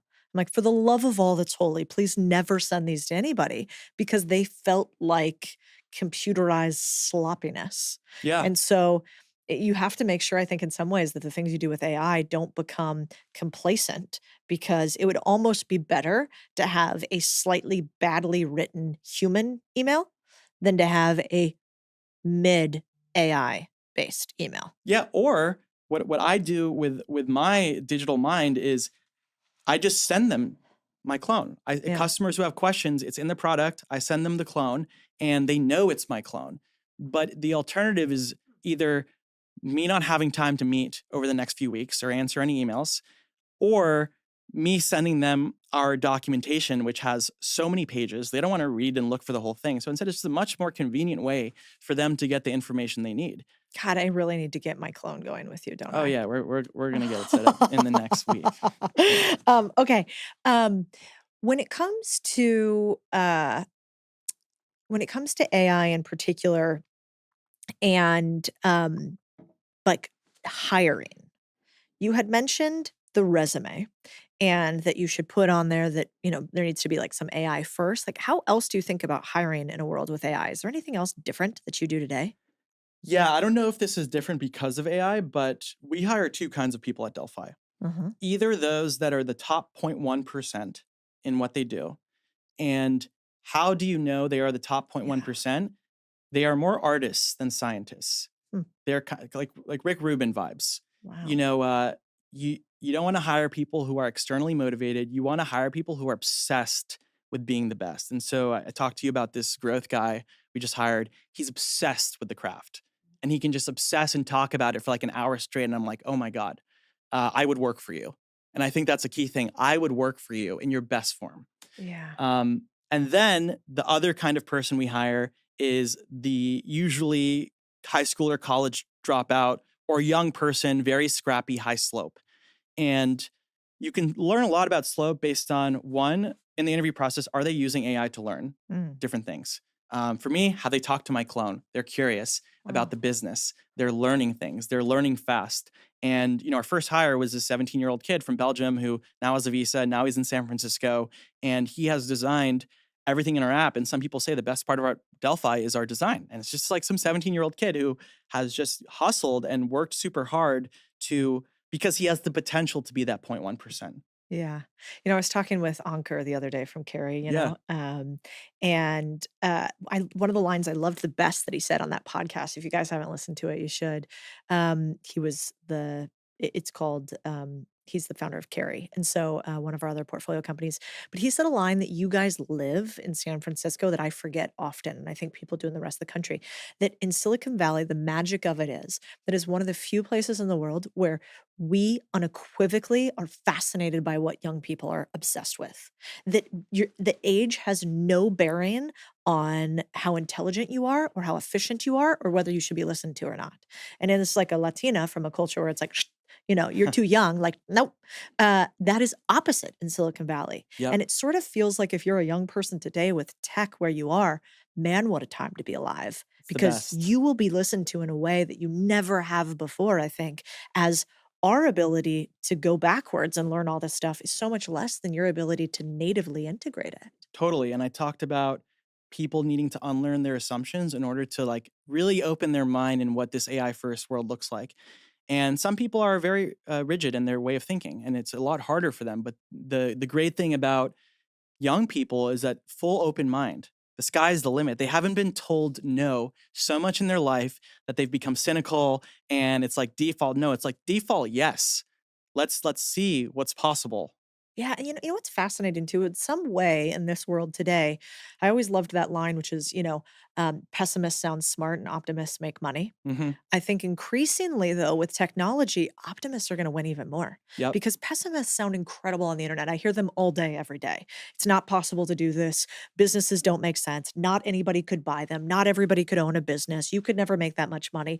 And it's like now we're in this change in our content where we're actually showing people like we are doing the thing live with as much transparency as possible to say that this bar is so fucking low, you guys. Yeah. This is low, actually. When you see what you guys are building, your ability to go out and start a vending route and make 5 figures a year and then 6 figures a year, yeah, that's fucking possible. This is Yep. not rocket science. Yeah. And so I think it's really cool. Do you think in the future then, is this the best time to be alive for a young person? Yes, I think it is the best time to be alive for a young person who is very confident with their intuition. Mm. Because I think all of the low-hanging fruit of startup ideas, payment system, accounting system, they're all taken. Meaning, I think really the only opportunities left are those that are weird or, Keith, our investor, says he likes to invest in companies where the majority of people are laughing at him. And when we started the company a month before ChatGPT, people laughed at us. People thought it was stupid. Why would this be a business? And it didn't work out for like a year. But I think both, if you're doing something that people are laughing at, lean in. And two, it's just going to take more time for those things to develop and manifest because there's a huge idea maze. It's a weirder idea. It's a new space. You have to travel the idea maze, which is a concept that I think Balaji Srinivasan coined, where you have this idea and you're trying to figure out what the best way to execute it is. And there's certain dead ends and you have to go back and, okay, that didn't work. But eventually you get to the gold star of the idea maze. Yeah, it's actually fascinating. I imagine like the inside of a computer or an LLM actually is like a conversation with Balaji. Do you know him? Yeah, he's one of our investors. Oh, I didn't even know that. Yeah. He's got a Delphi and everything. Oh, he's a friend of mine, and every time I talk to him, I feel like I can see him actively working the idea maze because he actively is sort of talking about and maybe this is the way of the future a little bit. Here's an idea. I want to beat it up. So here's my premise 1, 2, 3, 4. Here's why I'm confused on whether premise 4 is real, and you can see him kind of real time speaking it out loud. Totally. Which I think is interesting because now you can do that back and forth with AI. It's almost like premise test, premise test, premise test. Exactly. He did it with crypto. He did it with network states. Yeah. And that's why I think it's important to build a muscle of being told no. Like the being underestimated is a good thing. People laughing at you is a good thing. Naval has this line where he's like, you want to be a loser. Like you want to be a loser that can't fit in because then you're just going to do things your own way. And doing things your own way is actually where the biggest alpha is.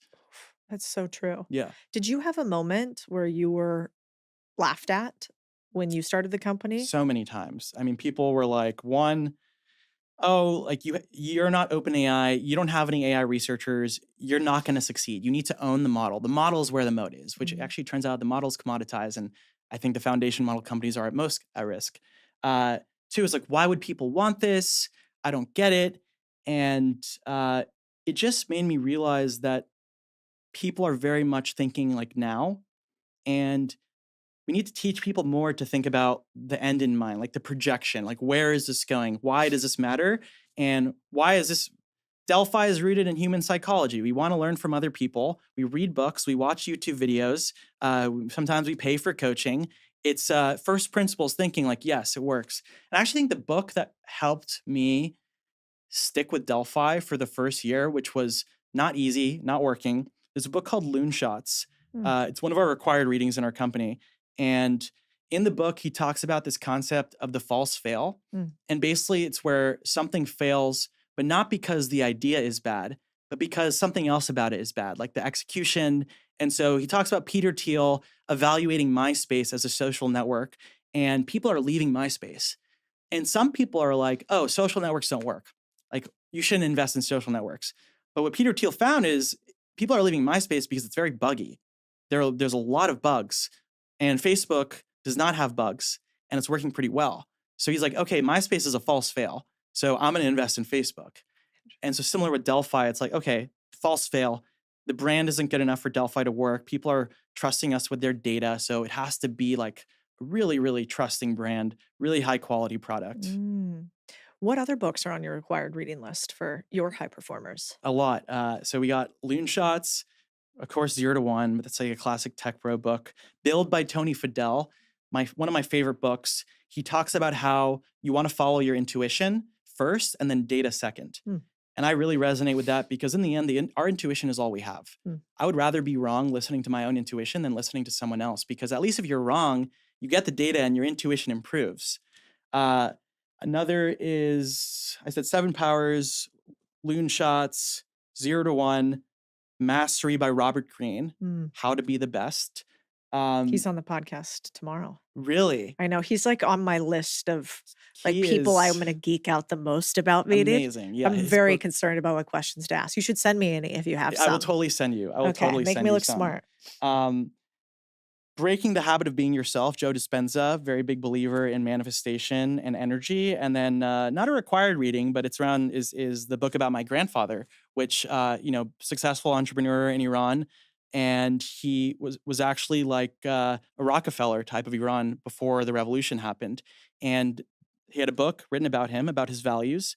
And that book is what led me to creating the first clone of him in 2021, so that I could learn from him and learn from his values. And so, have I sent you a copy of that book? No. I got to send you one. Yeah, I send you it got to to all our send me investors. one. Yeah. You know what you need to talk about is this idea of like, I hear some of the richest people in the world want to talk to you guys about creating clones or digital minds of their more senior members. So let's say this isn't the real one, but let's say the Valentino family or whatever might want to create a version so that patriarch never dies or matriarch never dies. Is this something that you see the rich and famous doing? And in the future, will all of us be able to talk to our AI grandfather version? Yeah, I definitely don't think it's only rich and famous. I mean, everything we do in our life is almost in the pursuit of legacy, whether it's business for our family, and we live and we die and then our impact is gone. What does it look like where the decisions we make today have the potential to truly impact the life of someone 200 years from now? Like, we already read books of people from the past, but imagine if something like this existed 500 years ago. Imagine you could learn from all of these people, and you find out that people 500 years ago had the same problems that we have today. So insecurities, love, business, ambition. And so not only I think is it good for family and connection and passing down values, as that was a huge inspiration for my grandfather. I didn't want the life that he lived to be lost. I wanted to make sure that the values and lessons he learned, I could apply so that you could stand on the shoulders of giants who are your ancestors and at least keep their legacy moving forward. but also for the future to learn from the past because, history repeats itself. There are mistakes, but maybe that doesn't need to be the case. Oh, yeah. Well, also, can you imagine? I mean, right now, my grandparents are going through dementia, Mm, and my grandma just had her third stroke, and I'm mm, incredibly close with them. And so, watching them slowly lose all mental function is one of the harder things I think I've ever done in my life. yeah. And, I could only imagine what it's like for my father, those are his parents, and I think about often, God, what are the questions that I wish I would have asked them before? Like, what does it take to be married for 60 years happily, where Yeah. they, like, love each other?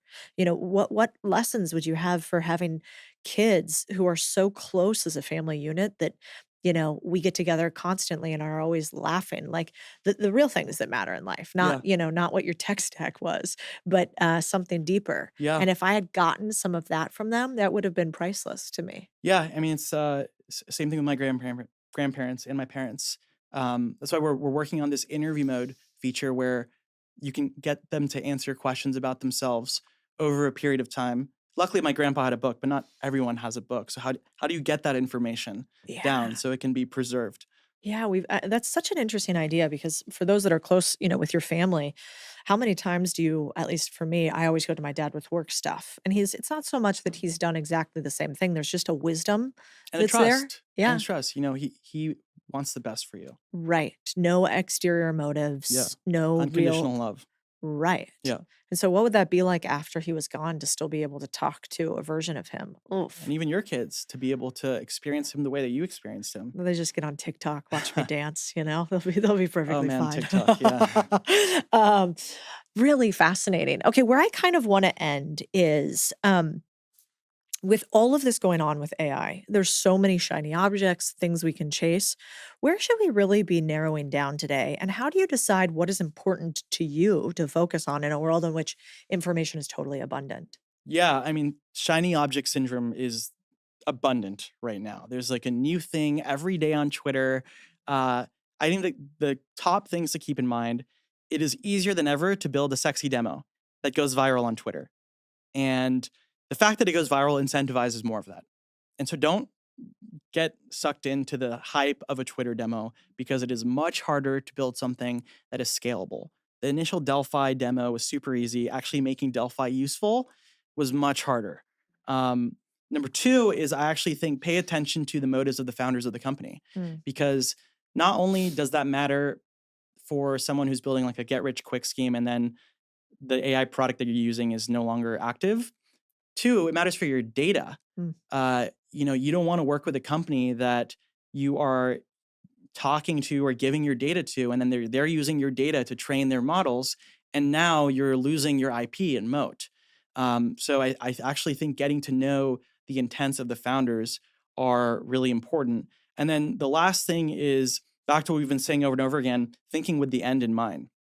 So an example of thinking with the end in mind is right now, if you wanted to build an app, you may spend $200,000 hiring some mobile app development firm to build it out. But if you look at Lovable and how fast AI software engineering is moving, potentially in 6 months, you could just pay someone $40,000 to leverage AI tools and just get the same outcomes. So I think timing is an important thing too. Like, should you pay to do this now, or should you pay to do this later? And what are the things you should pay to do now? Yeah, interesting. Yeah, the thing about the founder's intent, you just really hit home for me because you think about 23andMe, right?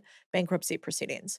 They have my data And it's going to the highest bidder. and anybody could have it. Yeah. And I have no rights to that. And that has material consequences in a world in which, biotechnology looks different. And so it's a really good question. How do you figure out a founder's intent? I mean, no shade, and I don't know what the right side or wrong side of it is, but Sam Altman and OpenAI is a great question in the beginning. Lots of people could say, well, intentions looked good, and now there's some questions on that.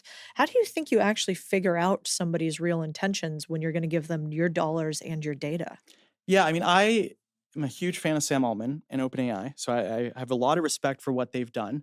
But as you said, the shift from nonprofit to profit, and then training models on people's data, And then there's that one Polygram essay where he says if Sam Altman was on an island, he'd become king of the island. Yeah. And it's like, okay, there's certain data points on people that you can get to see like what their true intentions are. So Delphi up front, we're like, you own your data. We're not sharing with other people. It can be deleted at any time. Super important for us. And so some founders don't have an online presence, but I almost feel like it's a default for every company these days to have a manifesto, an about page. Like, why are they doing what they're doing? What inspired them? What the vision is? I think clarity and thought of the vision and the reason, I think, is important. It's a really good question. So you should be asking, if you're going to use AI tools today, who owns the data? Mm-hmm. What happens if I don't want you to have the data anymore, company? Yep. And what's your background? Why are you doing what you're doing? What other questions should you ask somebody before you give them your dollars and data? What insight inspired the company? Was it like a first principled insight, or was it like a get rich quick insight? Yeah. What's the vision long term? And I think another example is, let's say a software says, hey, Cody, put in a topic and we'll generate 1 million SEO optimized blog posts. And you take a step back. Another question you can ask yourself is, okay, what does the world look like when everyone has access to this? Is this a tool that I want to be associated with? Do I want to be a part of the group that is flooding the internet with SEO optimized blog posts? Probably not. I think that's going to get a bad rep.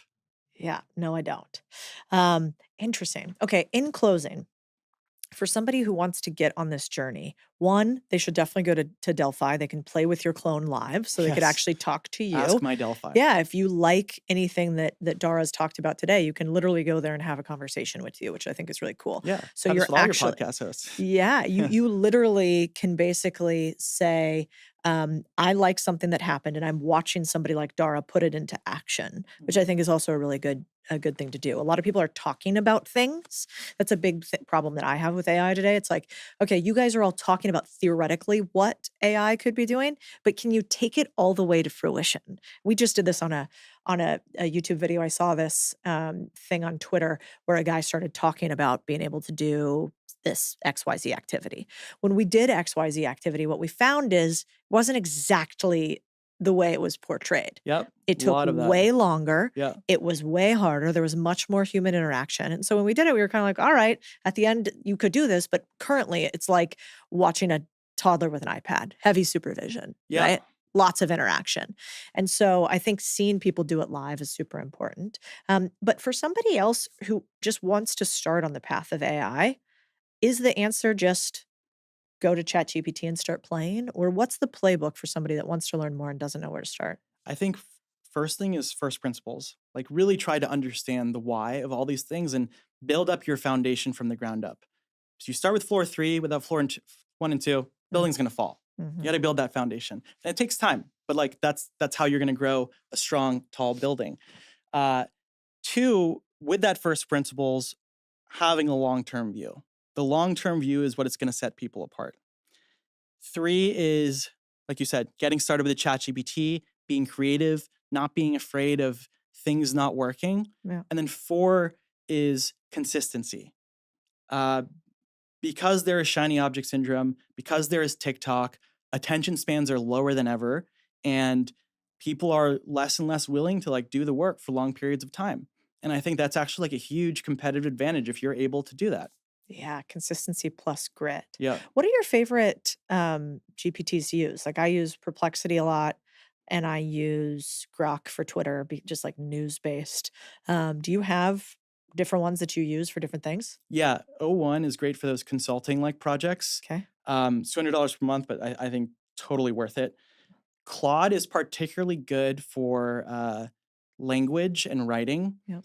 Specifically, you know, if you're emailing someone, everyone speaks different languages. And I don't mean languages as in like Spanish or English. I mean, we perceive things in different ways and we make assumptions and projections on what you actually mean by certain words. So I use Claude for very difficult emails, fundraising, negotiations, hiring. You know, this is what I'm saying. Help me change the wording a little bit so it doesn't come off the wrong way to this person. Wow. Great for that. Interesting. Do you use Perplexity or Grok for anything, or are those really just the two you use? I use Perplexity sometimes when I meet someone, I'll ask Perplexity, tell me everything I need to know about this someone. Yeah. So like I can be prepared. I use Delphi, obviously, for learning. And I don't think we use Grok or Gemini yet. No. Okay, for anything. Interesting. Okay, let's close with this. If I had to say, are you positive on AI versus negative on AI, you would say? Long-term positive, short-term, think there is going to be anxiety and structural change and like meaning, and it's going to take some time for people to fully accept. And I imagine when we found out that Earth was a planet in a huge universe and it's actually not the center of the universe, I imagine people at that time were like, oh my God, what am I going to do? I'm not the center of the universe. And then they got over it. And I think there's going to be a similar transition period. I think the government will need to adapt. I do think UBI is important. But long-term optimistic. Okay. Dara, you're the man. Where should people go to find you? Dara Laj on Twitter or X, and then delphi.ai/Dara-Laj. Amazing. If you want to talk to my Delphi. And I do really like your X or Twitter. I just can't call it X still for some reason. I'm Xing today. It just doesn't work for me. The brand doesn't feel right. But I do like what you tweet about because it is from this first person view of AI. Plus you got a little edge and I'm into that. So thank you so much for being here today. Thanks for having me, Cody. Yay. You and your teens trying to figure life out. What do you wish that you could tell him that you know now that he didn't know then? So we're going to give you this, you write it out, and then you'll read it to the listeners like you would to young you. Well, to my younger self, I would say, trust the process. The world will pull you in a million directions and make you doubt yourself. And most of them know nothing. They're all just figuring it out. And your best bet is to know who you are, what you care about, follow your intuition, and trust the process. That's beautiful. Thanks, Dara. Thanks, Cody.